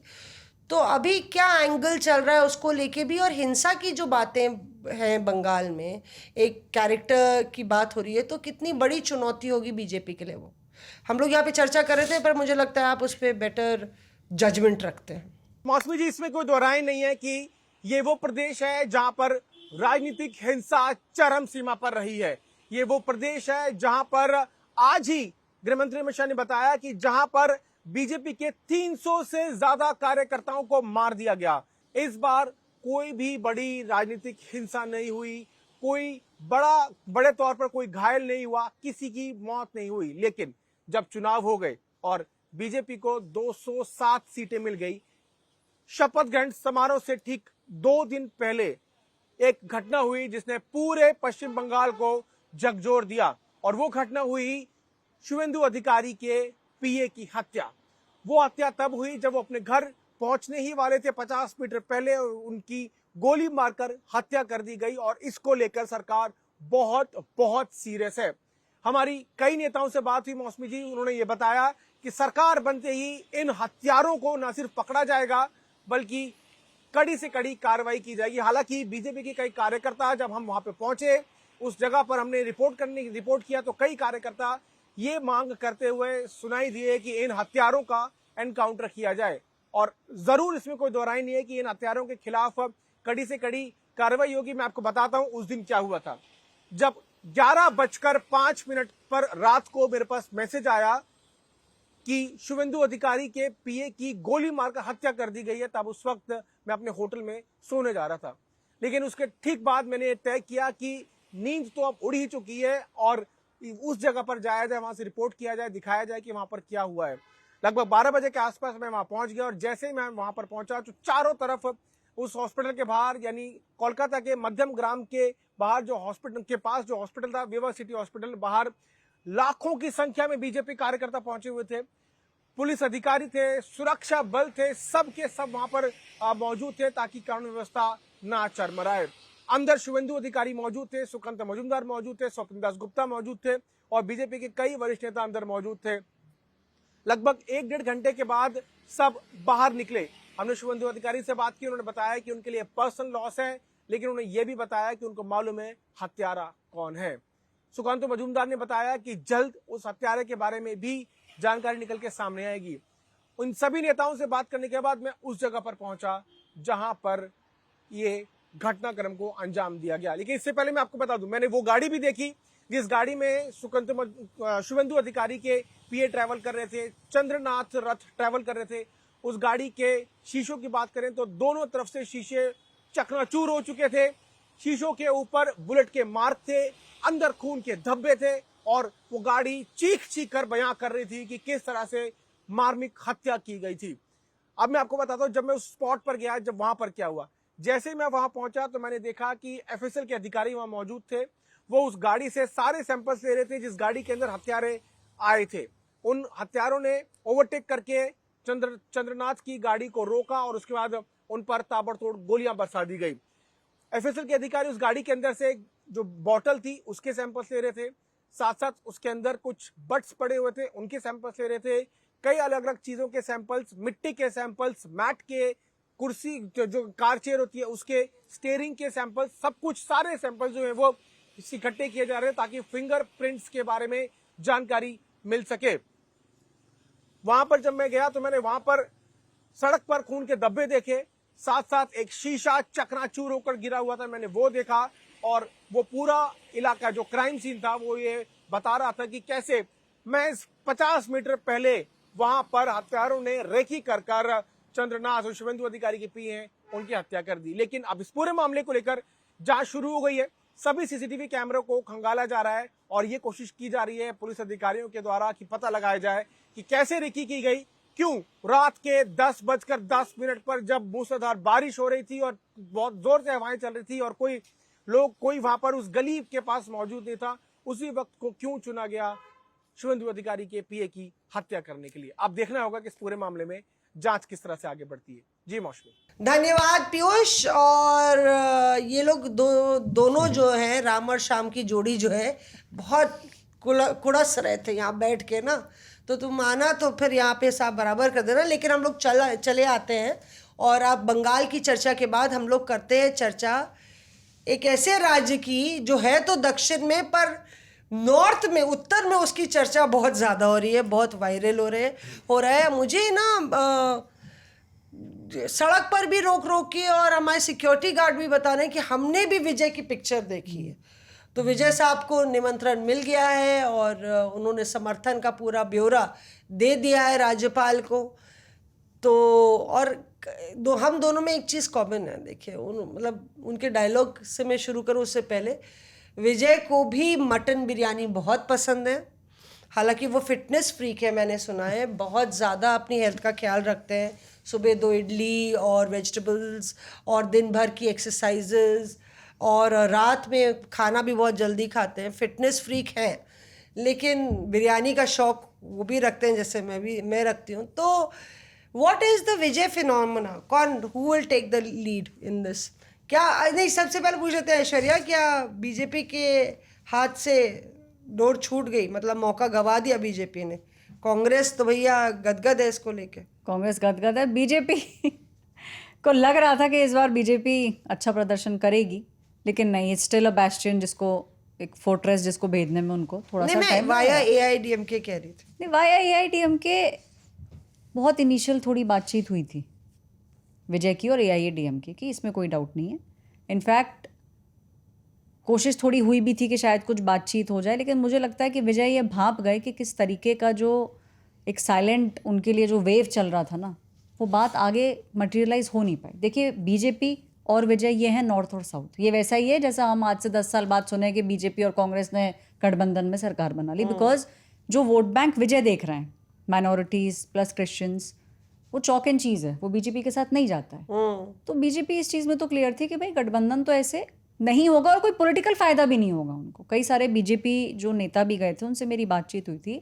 तो इनिशियली ये बात जब उड़ के आने लगी कि क्या किसी गठबंधन की बात हो रही है, तो उन्होंने यही बोला कि ऐश्वर्या, हमारा गठबंधन आइडियोलॉजिकल लेवल पे होगा ही नहीं और पॉलिटिकली फ़ायदा होगा किसको? ना विजय को होगा और ना बीजेपी को होगा। अच्छा। तो ये बात, क्योंकि कोई फ़ायदा इन लोगों को साथ में आता हुआ नहीं आ रहा था, तो ख़त्म हो गई। और विजय ने अपने 2 कदम और पीछे खींच लिए जब उसने ये भांप लिया कि रियलिटी में किस तरीके का रिजल्ट आने वाला है। गद्दार, ट्रेटर और क्या क्या एडजेक्टिव्स बोल रहे हैं कांग्रेस को DMK वाले। आप फायदा तो नहीं उठा रहे इन सब चीजों में। बहती गंगा में हाथ साफ कर लो।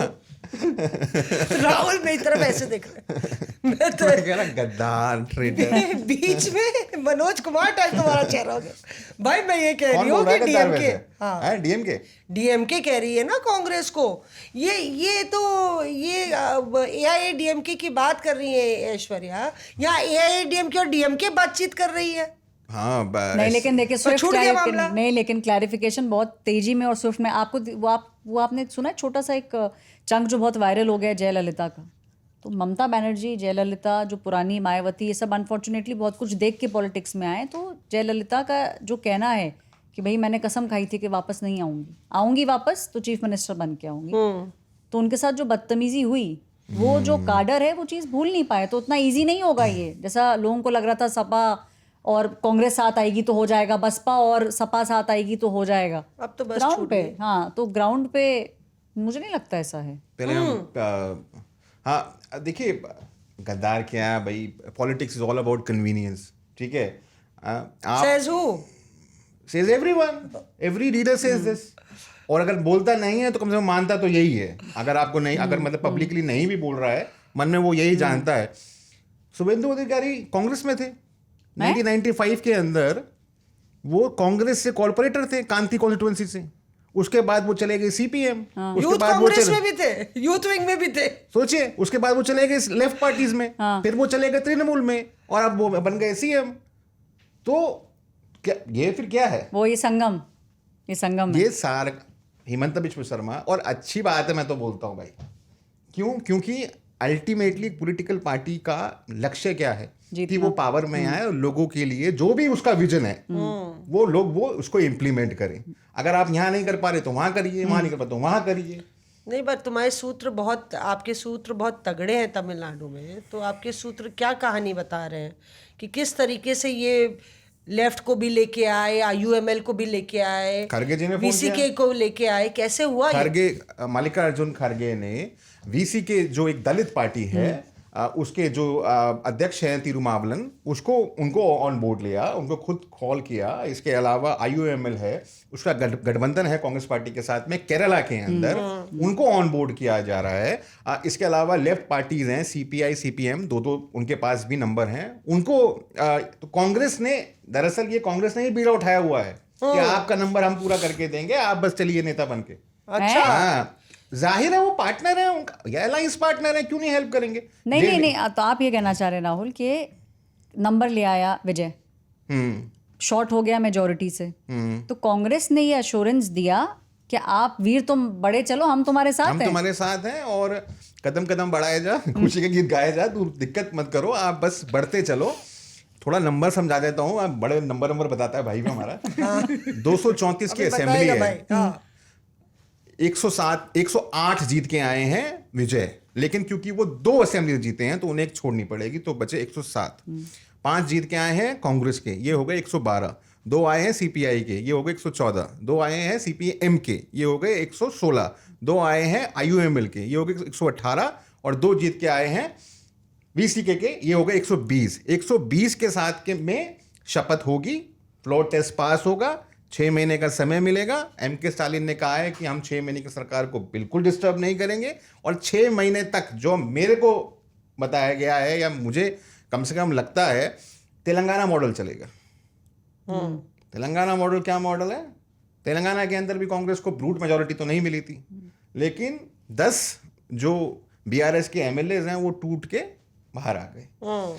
अब बीआरएस बोल रही, इनको पार्टी इनकी आप वो निकालिए, मेंबरशिप निकालिए, लेकिन कांग्रेस स्पीकर कांग्रेस का है, चल रहा है सब कुछ। इसी तरीके से जो नंबर है उसको बढ़ा दिया जाएगा। महाराष्ट्र मॉडल है, अब महाराष्ट्र मॉडल है, बहुत सारे बहुत मॉडल्स बहुत मॉडल चल रहे हैं आजकल। नहीं, पर रिजॉर्ट पॉलिटिक्स भी हो रही है, और गवर्नर साहब बीच में केरला चले जाते हैं, और एआईएडीएमके के तमाम विधायक वहां पे। तो ये पोचिंग वाला जो खेल है ये आगे भी हो सकता है। अब तो जरूरत नहीं पड़ेगी ना, फिलहाल तो सरकार बन गई है।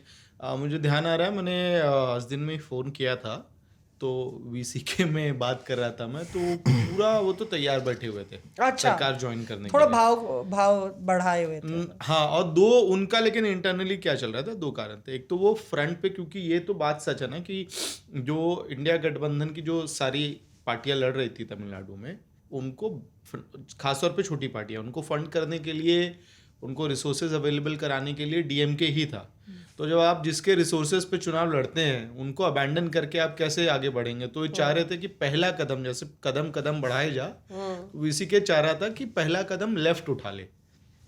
उनकी मीटिंग दिन में होनी थी, तो वो अनाउंसमेंट के बाद ये ऑन बोर्ड आ जाएंगे, क्लियर था। मुझे यही बताया कि एक बार लेफ्ट बोल दे फिर हम लोग खुद से आ जाएंगे, तो 4 + 2 6 हो जाता, तो एक झटके में सारा प्रॉब्लम क्लियर हो जाता। दूसरा मैंने पूछा कि आप लोगों का क्या सेंटिमेंट है। ये तो ठीक है कि पार्टी हाईकमान तय करेगा, मीटिंग होगी और ये आएगा।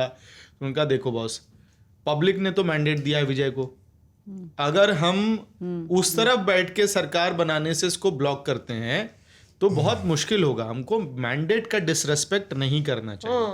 तो ये तो वीसीके वाली कहानी हो गई। डीएमके में भी ऐसा कुछ चल रहा था, ऐसा मूड चल रहा था। हुआ क्या, जब आपने देर रात देखा होगा, एक ब्रेकिंग न्यूज देनी है, एक एमएलए चोरी हो गए तमिलनाडु में। ले टीटीवी दिनाकरन जानते होंगे आप, उनकी एक पार्टी है, उनका एकमात्र जो एमएलए जीत के आया है, हाँ, वो गायब है। उसका नाम कामराज है, उनकी पार्टी का नाम AMMK है, वो 6:30 बजे से गायब है। और उन्होंने कहा है कि विजय की जो पार्टी है उन्होंने उसको तोड़ दिया है।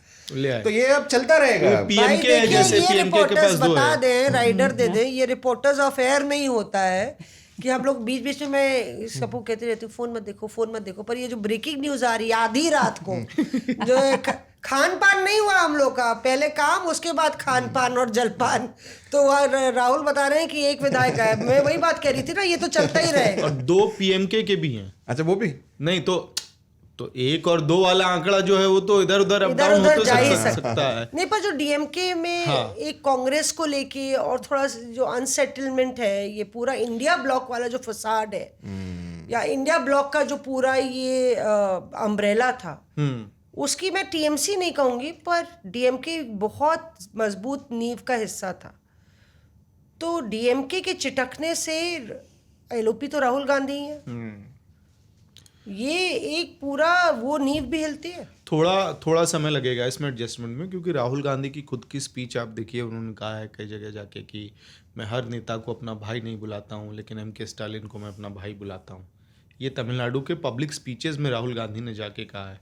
तो खुद पब्लिकली वो जिसको अपना भाई बुला रहे हैं उनको तुरंत समय मतलब कहते हैं ना, आँख झपकते ही आपने जैसे रिजल्ट आया वैसे आप पलटी मार के चले गए। तो ये बात डीएमके के कार्डर में ढंग से मतलब अच्छा नहीं रिसीव हुआ है, नहीं पच रहा है, उनको बहुत नाराजगी है। और ट्विटर पे इसलिए बहुत जो धुरंधर कांग्रेस के डिफेंड करने के लिए आ रहे हैं इस डिसीजन को, नीचे बहुत गालियां पड़ रही हैं। एक नंबर 2 उस रात, लेकिन वहाँ डीएमके में भी बहुत कुछ अंदर खाने चल रहा है। कनिमोई ने मुझे बताया गया कि उन्होंने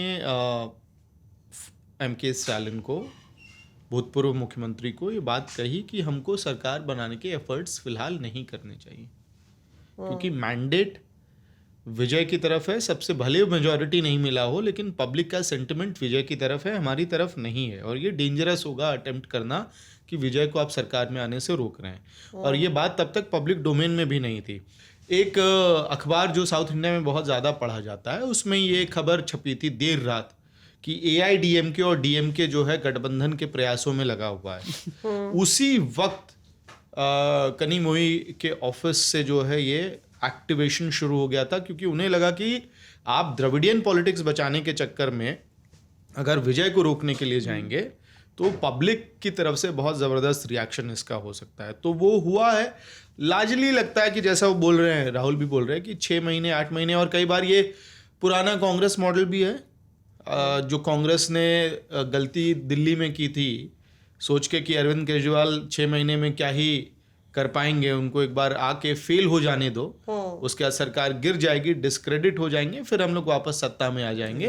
तो कई बार आपको ये लगता है कि आप 6 महीने में डिस्क्रेडिट हो जाए। और दिल्ली में बहुत फर्क है। दिल्ली में कांग्रेस खुद पावर में थी, तमिलनाडु में तो नहीं, डीएमके के एंगल से बोल रहा हूँ, डीएमके के एंगल से, डीएमके के एंगल से कांग्रेस नहीं सोच रही है। नहीं, मैं कह रहा हूँ कई बार पार्टियां ऐसे सोचती हैं, लेकिन 6 महीने का और इतना कमजोर मैंडेट तो है नहीं वहां पे, वो आ जाएंगे तो पाँव तो अपना जमा ही लेंगे। नहीं, पर आज चर्चा विजय पर भी बनती है, who is the man of the moment. मतलब उनका एक डायलॉग है जो वो बड़ा वायरल हो रहा है कि मुझे खेल खेलना नहीं आता, अपने स्टाइल में बोल रहे हैं, मुझे ये खेल खेलना नहीं आता, लेकिन जब मैं खेलता हूँ तो इस खेल में खलबली मचा देता हूँ।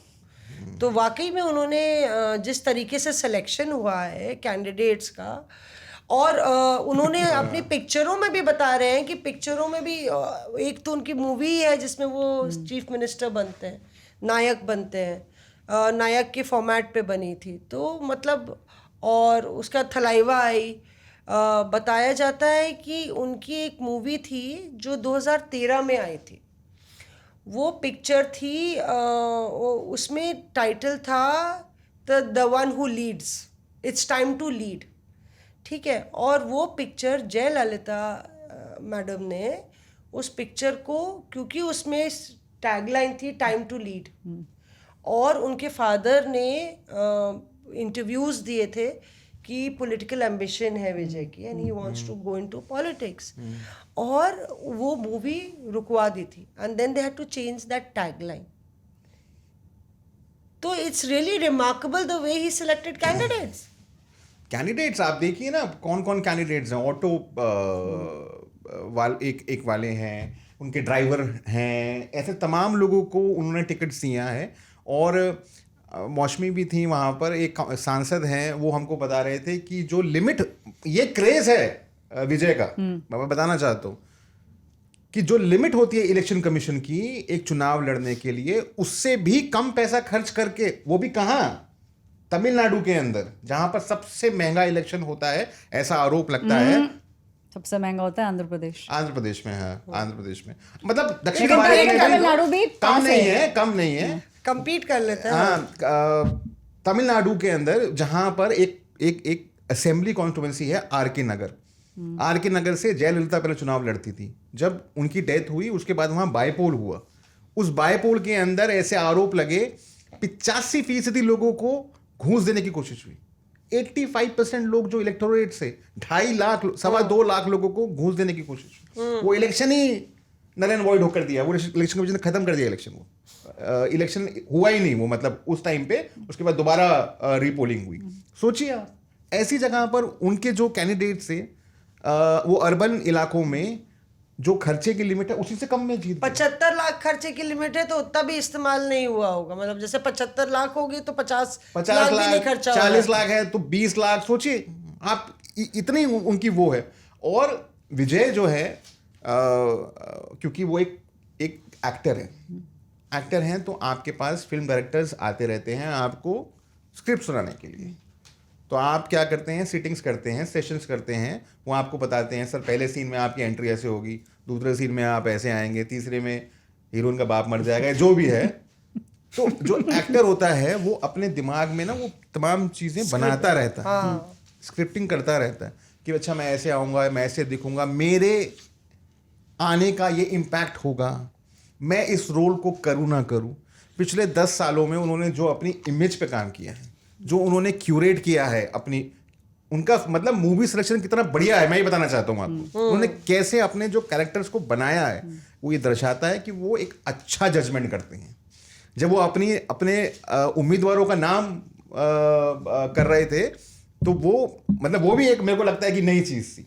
वो गए, उन्होंने कहा कि मदुराई ईस्ट विजय, तो लोगों को लगा कि मदुराई ईस्ट से लड़ेंगे। फिर उन्होंने कहा मदुराई वेस्ट विजय, लोगों को लगा कि 2 जगह से चुनाव लड़ेंगे, जाहिर है लोगों। उन्होंने कहा कोयम्बटूर विजय, मेलूर विजय, तमाम जगहों पे अपना नाम लिया कि आप मुझे वोट डालिए, मैं लड़ रहा हूं चुनाव। और गुड स्ट्रैटेजी ये कितना बढ़िया है, सीखना चाहिए। और ये कोई ये ना सोचे कि वो वहां पर है तमिलनाडु में, उसका कोई इम्पैक्ट नहीं है। दिल्ली से मैं जब यहाँ एयरपोर्ट पे उतरा, जब केरला से वापस आ रहा था, मेरा ड्राइवर जो है वो यही बात बोल रहा था कि सर वहाँ सरकार बन गई क्या? उनकी वोट हो गई क्या? मेरे सिक्योरिटी गार्ड साहब बोल रहे थे कि मैडम वो बहुत अच्छे हीरो हैं, बहुत अच्छी पिक्चर करते हैं, वो बहुत अच्छा वहाँ पे करेंगे। कितना बढ़िया हो गया तमिलनाडु में। मतलब जिसको पता नहीं होगा कि कौन सी पार्टीज हैं, उनको ये पता है कि विजय आ रहे हैं, क्योंकि मूवी देखी है लोगों ने। हिंदी साउथ की जो डब मूवीज आती हैं तमाम लोगों ने देखी होंगी। आई एम श्योर हम जानते हैं एनटीआर कौन है। नहीं, वो बहुत जूनियर अच्छा एनटीआर मतलब जानते हैं ना। और आरआर में जो 2 भाई हैं, हम तमाम लोगों को जानते हैं। ऐसे ही विजय का भी एक नहीं, वो बहुत अच्छा डांस करते हैं। उनका डांस भी लोगों को बहुत पसंद है, यहाँ नॉर्थ में भी। और बताइए कि 30 साल में 70 पिक्चरें की हैं, तो ये और स्ट्राइक रेट जो उनकी ब्लॉकबस्टर्स का है, बहुत अच्छा स्ट्राइक रेट है। तो मैं एक नेता से पूछ रही थी कि सर वो कैसे एडमिनिस्ट्रेशन संभालेंगे, मतलब तो उन्होंने बोला एडमिनिस्ट्रेशन ब्यूरोक्रेसी संभालती है, एडमिनिस्ट्रेशन उनको नहीं संभालना है, उनको बताना है यस नो डन ओके। कहते हैं तमिलनाडु में तो बहुत अच्छा स्ट्रक्चर है of IAS and bureaucrats, everything is functioning, weather he has the decision making power is the big question. इसमें ना मौसमी आप तमिलनाडु की बात कर रहे हो ना, तो मैं एसीजे से पढ़ी हूँ। भैया ऐश्वर्या बहुत देर बाद बात कर रही है। हाँ, तो Asian college of journalism Chennai, तो वहाँ जिस तरीके का लोगों का क्रेज है ना for politicians and film stars turn politicians, मैं कम से कम उस 11 महीने 11.5 महीने में 50 ऑटो में तो बैठी होंगी। उस 50 में से 40 ऑटोज के अंदर मुझे एमजीआर की फोटो दिखी, मुझे जयललिता की फोटो इंटरेस्टिंग। हाँ, तो अच्छा, और छोटी छोटी जो दुकानें होती हैं जहाँ आप रिचार्ज कराने जाते हो, कॉफ़ी पीने जाते हो, वहाँ पे भी एमजीआर, जयललिता, इनकी फ़ोटोज़ लगी हुई हैं। एक हमारे कॉलेज के पीछे ये गली होती थी, हम उसे बैक मार्केट बोलते थे, पीछे का मार्केट था, तो हम वहाँ जाते थे तो कॉफ़ी पीने जाते थे। तो एक ने तो जो छोटा मंदिर बना रखा था उसमें भगवान थे और साथ में एमजीआर की फ़ोटो लगी हुई थी। तो ये तो वाकई में लोगों का जेन्युइन क्रेज है after so many years of MGR's death. सोचो आप, तो ये लोगों का जेन्युइन क्रेज है और लोग ये बात मानते भी हैं कि वहाँ के जो एक्टर्स हैं वो सुपरफिशियल पॉलिटिशियंस नहीं बनते, वो जेन्युइन पॉलिटिक्स करने के लिए और सुधार के लिए पॉलिटिशियंस बनते हैं। तो जो अंडर करेंट जो विजय जो भाप पा रहे थे वो यही अंडर करेंट था। मेरी बहती गंगा में कांग्रेस ने हाथ धो लिया और तमिलनाडु में वो पावर शेयरिंग में आ जाएंगी, तो मुझे लगता है कि एक ये हो रहेगा कि भाई अब देखना है केरल को कैसे संभालेंगे, क्योंकि केरल को लेके भी काफ़ी, इसमें क्या हुआ ना, पूरी स्पॉटलाइट तमिलनाडु में चली गई तो केरल में स्पॉटलाइट कम हो गई। लेकिन केरल में भी 3 लोग हैं रेस में, और हम लोग मतलब इस पे बात कर सकते हैं कि भाई आपको क्या लगता है कि कौन आगे है रेस में, क्योंकि एक शख्स ऐसा है उस पूरी रेस में, केसी वेणुगोपाल, अगर वो केरल चले जाते हैं तो कांग्रेस का पूरा नेतृत्व परिवर्तन हो जाएगा यहाँ दिल्ली में।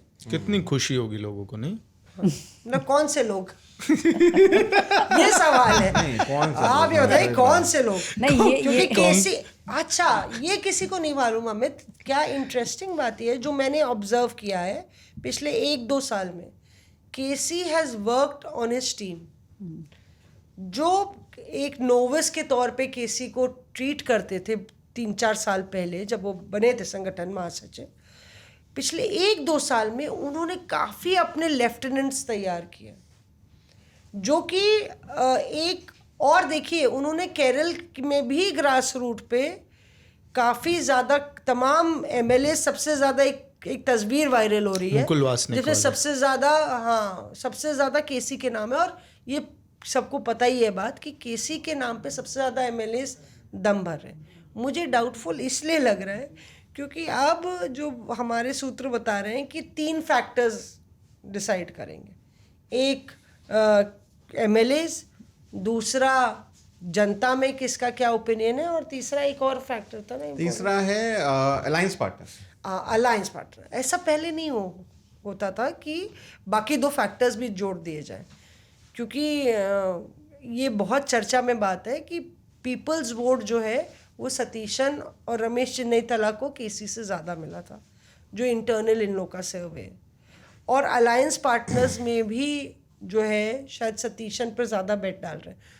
तो मुझे लगता है कि, क्या आपको लगता है कि इसमें मैं स्पॉटलाइट हॉग नहीं करना चाहूँगा क्योंकि राहुल गौतम जी केरल के पावन भूमि पे थे तो उन्हीं को बोलना चाहिए, लेकिन ये भी कांग्रेस में ही होता है कि इतना मैंडेट लाने के बाद बगल वाले राज्य में नंबर्स नहीं थे, वहाँ पे मुख्यमंत्री बनने जा रहा है, शपथ होने जा रही है।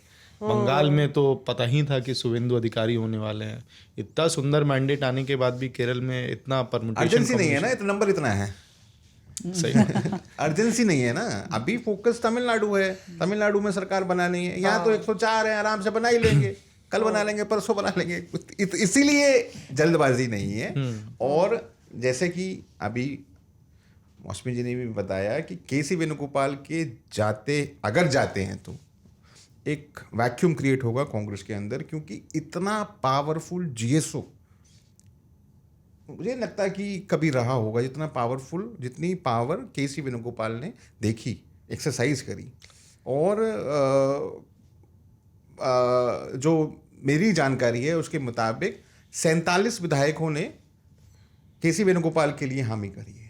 ओके। इसका कारण क्या है? मैं ये कोई जादू नहीं है। नहीं, लोगों को लगता है कि भाई वो उनका नाम कैसे लोग ले रहे हैं।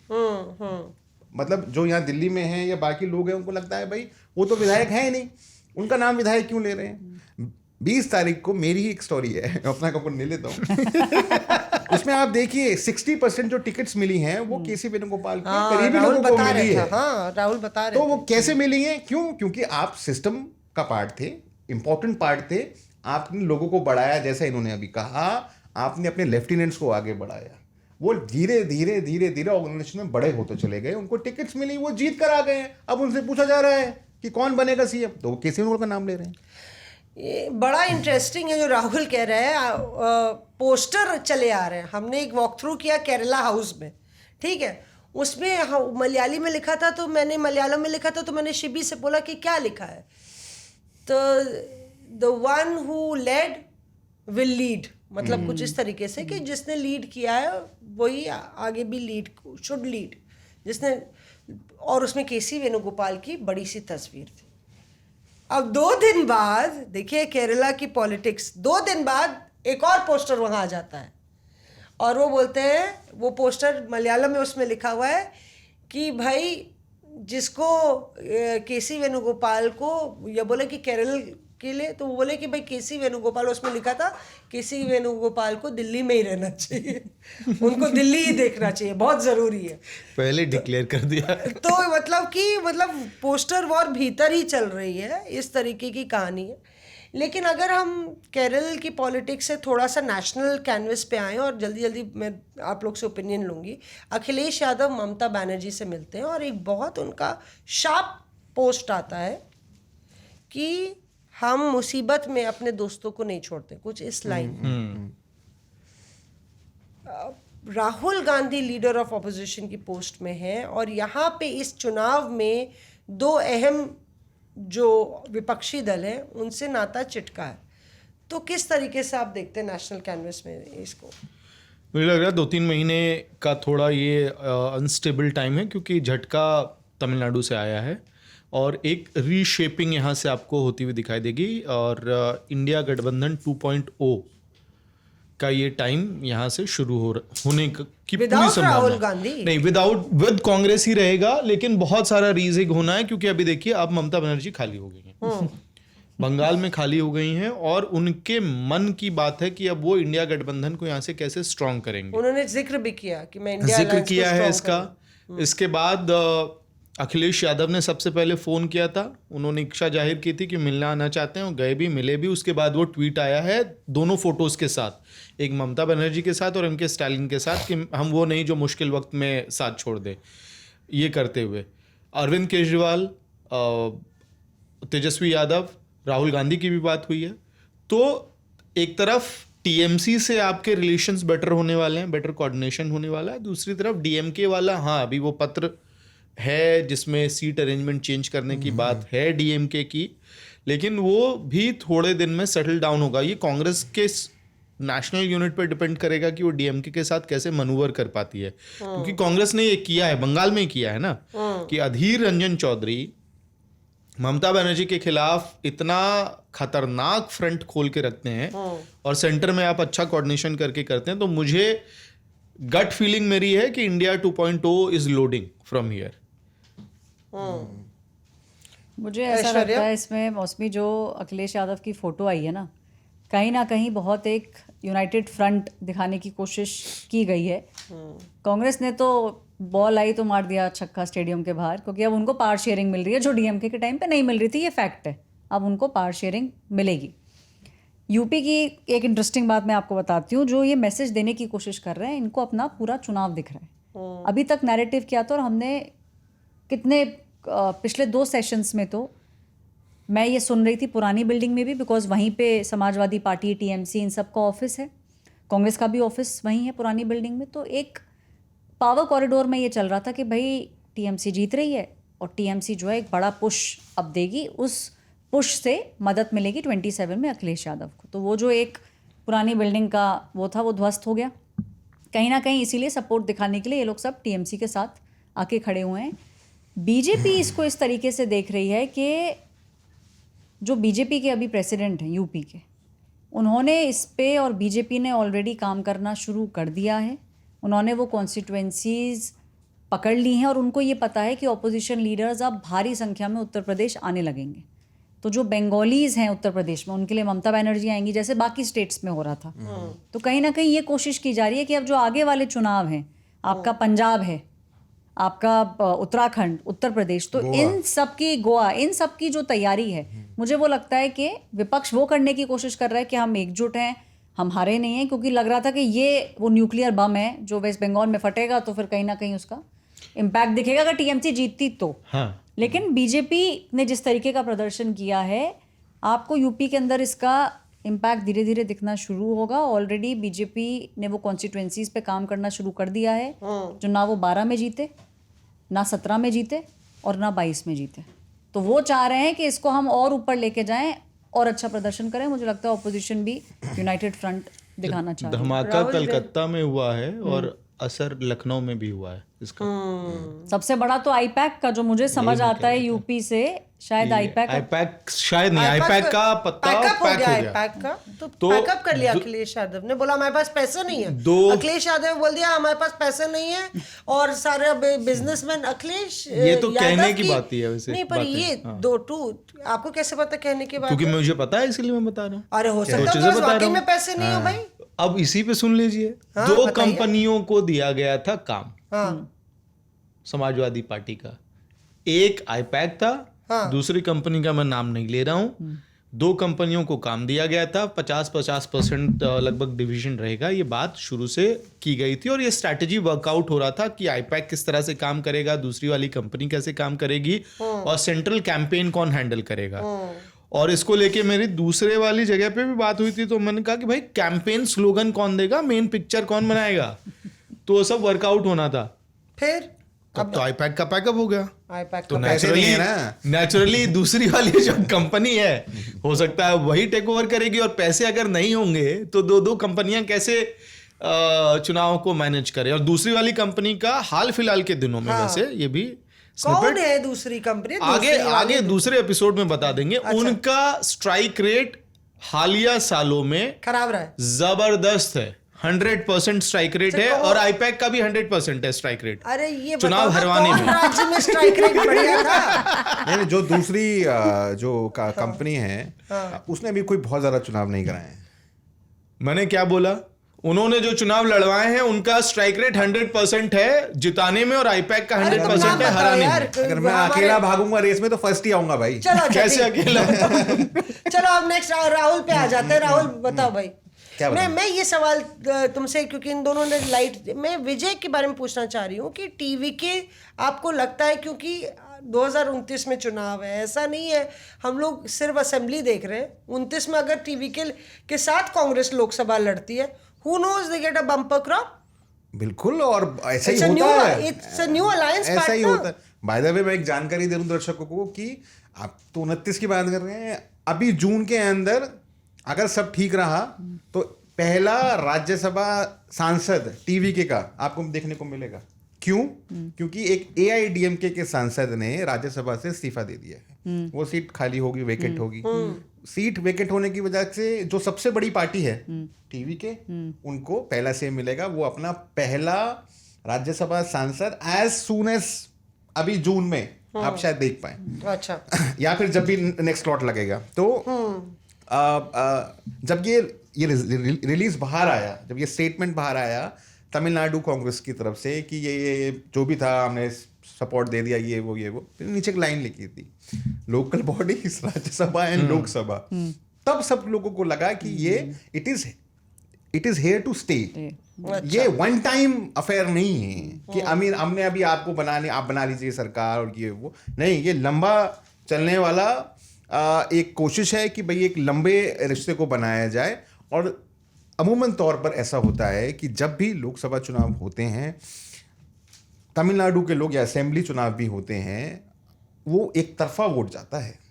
ये तो हंग असेंबली आई थिंक मुझे नहीं याद कब आई होगी, वरना या तो ये साफ या वो साफ। ठीक है, अब हमें लगता है कि हमें भी साफ होने इसमें का वक्त आ गया एक चीज बस मुझे मौसम में पैकअप करना पड़ेगा। इसमें ना बस एक चीज मैं अंकित ऐड लाल करना लाल चाहती आंखें हूँ दिखा रहा है, और पूछना चाहती हूँ आप दोनों से, क्या आपको ऐसा लग रहा है जैसे राहुल ने बोला अभी मौसमी के मल्लिकार्जुन खड़गे कांग्रेस प्रेसिडेंट ने खुद फोन कॉल्स लगाए, तो क्या आपको ऐसा लगता है कि Congress will play the role of the big brother and teach TVK little bit of politics and Vijay थोड़ा उसको क्या मार्गदर्शन या रास्ता पकड़ के थोड़ा पॉलिटिक्स की चलाना? जरूरत तो नहीं है विजय को। I don't think anything of that sort is going to happen. Congress को उतनी ही तवज्जो देंगे, उनकी जगह पे रखेंगे जितना उसका वेटेज है।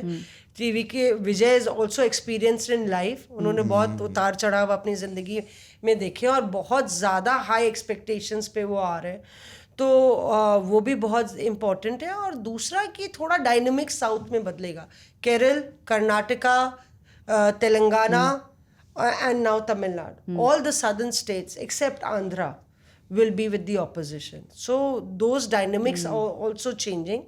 So we will have to see कि किस तरीके से it rolls out. But मुझे लगता है कि वक्त हो गया है टाटा बाय बाय करने का, तो हम अब कमेंट बॉक्स पे आ जाते हैं और कमेंट्स पढ़ देते हैं। देखिए बहुत गाली पड़ी। आप फोकस जो है अमित के फेस पे डाल दीजिए। राहुल ऑलरेडी फोन स्क्रॉल करने लगे और मैं फेस करूंगा दुनिया को। और पीयूष तो आप जहां पे भी हैं गौर से सुनिए। हाँ, दुनिया का सामना करिए, सच का सामना सच करिए। का सामना करेंगे। डॉक्टर सुनील ने न्यू जर्सी यूएसए से लिखा है, वाह, हमारे दर्शक यूएसए में भी है। Your ground report sound more authentic and trustworthy then the impersonal predictions later made by psephologist. अच्छा, this week obviously Piyush is the hero. भाई पीयूष के लिए ताली। पीयूष जब अब आएंगे तो आपको यहाँ पे ट्रीट मिलेगी जिसकी भरपाई ये दोनों करेंगे। 26 जनवरी को इनाम मिलेगा हाथ में बिठाकर। पूरी टीम को मिलेगी, सारे साउंड और सारी पूरी जो टीम है हमारी, उनको भी मिलेंगे। हमारे साउंड आर्टिस्ट हैं, कैमरा पर्सन हैं और ऑफ कोर्स प्रोड्यूसर भी हैं। तो पीयूष ट्रीट देंगे और उसकी भरपाई आप दोनों करिएगा please. This week, obviously, Piyush is the hero amongst the other reporters of air for foretelling the election results. I admire his insights, ability to express his gut feelings, and also the guts to speak out. It seems quite possible that the insights and predictions that Amit shared today would also come true in future. Okay. Excellent work done by the reporters. सच में यहाँ ज्योतिष शास्त्र नहीं, अनुभव और परिश्रम बोलता है। शुक्रिया। CBS राठौर ने जयपुर से लिखा है, पिछला पॉडकास्ट एक थ्रिलर से कम नहीं था। गुंडों से बचने के लिए एक चावल के ड्रम में 2 घंटे तक छिपना किसी फिल्म सीन से कम नहीं है।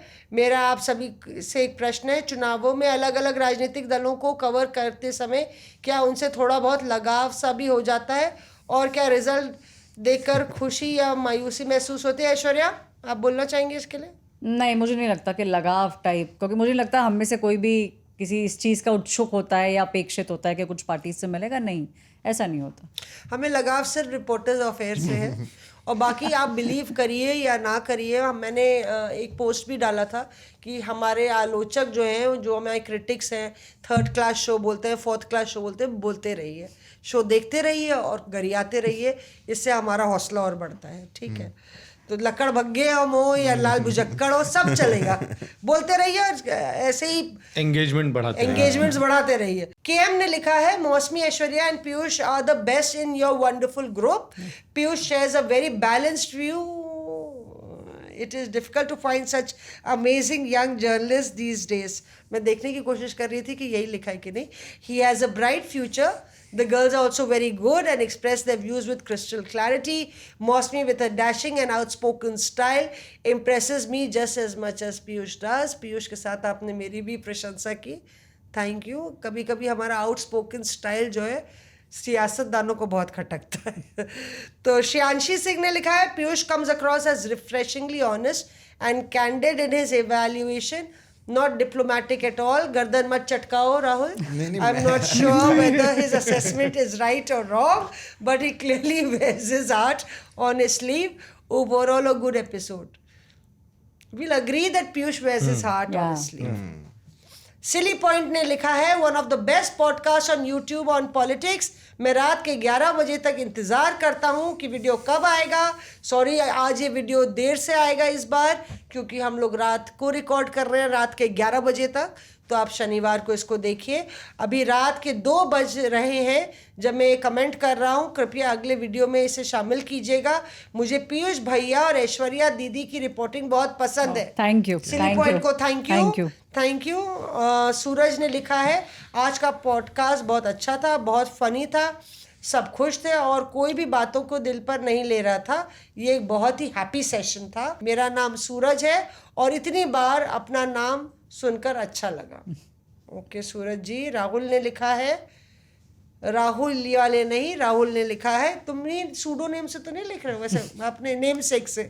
हेलो सर, मैं छत्तीसगढ़ में हूँ। ठीक है, इस शो से बहुत कुछ सीखने को मिलता है। आप सभी से अनुरोध है कि आप नक्सलवाद के मुद्दे पर अपनी अपनी जानकारी साझा करें, विशेषकर ये जानकारी जो सरकार के गलियारों में चर्चा का विषय बनी हुई है, क्योंकि नक्सलवाद का खात्मा एक बहुत बड़ा कदम तो है, लेकिन उसके बाद भी यहाँ के लोगों के मन में डर है कि क्या इससे जंगलों का विनाश होने वाला है और इसका ज़्यादा फ़ायदा किन्हें होगा, इंडस्ट्रियलिस्ट और बिजनेसमैन को, या यह कि प्राकृतिक खूबसूरती और स्थानीय लोगों को। ठीक है, मैं अगली बार हम अमित से भी कहेंगे और जितेंद्र हमारे गृह मंत्रालय कवर करते हैं, इस टॉपिक पे हम लोग ज़रूर टच करेंगे। शुक्रिया राहुल। मोहन ने लिखा है, Aaj Tak radio podcast feels truly pure, genuine and natural. There is nothing artificial about it. The way the Aaj Tak radio team presents each topic comes straight from the heart. The news and the analysis you provide are so clear and honest that they genuinely touch the heart and build a strong sense of trust. Thank you so much, because we speak straight from the heart. It never feels biased or confusing. Rather, it feels truthful and deeply meaningful. I sincerely thank the entire team for such authentic and thoughtful work. Please continue this amazing effort. अभी हम लोग ये podcast जब ख़त्म करेंगे तो एक amazing dialogue Rahul सुनाएंगे। Rahul please remember that dialogue so that we the work is even more amazing, and उसी स्टाइल में सुनाएंगे।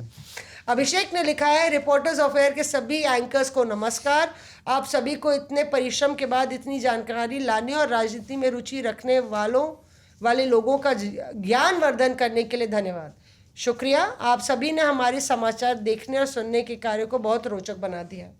साथ ही आप जिस तरह अपने दर्शक श्रोताओं का हमेशा ध्यान रखते हैं, जी अभिषेक जी, हम आपका ध्यान रखते हैं, वो आपकी एवं आपके इस शो को बाकी सभी कार्यक्रमों से श्रेष्ठ बनाता है। विशेष तौर पर संजय जी एक मंझे हुए रिपोर्टर होने के साथ साथ एक टीचर की तरह भी लगते हैं। बहुत, वो हमारे भ्राताश्री हैं, वो टीचर हैं, क्योंकि उनसे बहुत कुछ सीखने को मिलता है। किस तरह से शालीनता से खिंचाई भी कर लेते हैं और तारीफ, व्यंग, सीख, शायरी और किस्से आदि का बहुत बड़ा मिश्रण करते हैं। अभिषेक जन्मभूमि कानपुर, निवास भूमि फरीदाबाद, कर्म भूमि दिल्ली एनसीआर। सो SMJ ने लिखा है, आज का एपिसोड बड़ा मज़ेदार था। सभी रिपोर्टर्स अपनी अपनी पार्टियों को अच्छे से एक्सप्लेन कर रहे थे और उनको डिफेंड भी कर रहे थे। हे भगवान, कौन डिफेंड कर रहा था भाई? चाहे आरजे हो, आरजी, चाहे आरजी हो या पीयूष, सब एक दूसरे से मजे ले रहे थे। बहुत बढ़िया। क्या डिफेंड कर रहे थे भाई राहुल तुम? पता नहीं, मैं तो था भी नहीं, Perception मतलब है, वैसे नहीं था, बाहर से जुड़ा था। ठीक है। अच्छा, फ़हीम लश्कर ने लिखा है, मुझे आपका शो पसंद है। फ़हीम लश्कर लिख रहे हैं, क्योंकि आप राजनीति के पीछे का बैकग्राउंड और जो चीज़ें बंद दरवाजे के पीछे होती हैं उन्हें अच्छे से दिखाते हैं या बताते हैं। मुझे आप सब पसंद है, खासकर ऐश्वर्या और मौसमी। प्लीज़ मणिपुर के मुद्दों को कवर करें। साथ ही मैं असम से हूँ, इसलिए जब असम के चुनाव रिजल्ट्स घोषित हो तब नॉर्थ को शो में साइडलाइन ना करें। अच्छा, नहीं, साइडलाइन नहीं करेंगे। वैसे हमने असम पे सबसे ज़्यादा अधिक चर्चा की है, कई बारी और काफ़ी विस्तार से। तो बहरहाल ये सारे कमेंट्स थे और इसी तरह से आप कमेंट्स कीजिए। अब राहुल गौतम से हम सुन लेते हैं उनकी ज़ुबानी सुपरस्टार के डायलॉग की कहानी। वो सुपरस्टार 250 करोड़ रुपए लेता है यार। आप मुझसे बुलवा रहे हो। 2.5 समोसे मिलेंगे, चलो। समोसे 2.5 समोसे, चलो। इतना सस्ता ईमान बेच दूं मैं? सीट भी 5 ही है। नहीं, उसका एक डायलॉग है काफी मशहूर पॉपुलर डायलॉग है कि there may be many jackals and animals in jungle but there is only one lion and even if I am alone I will be the king.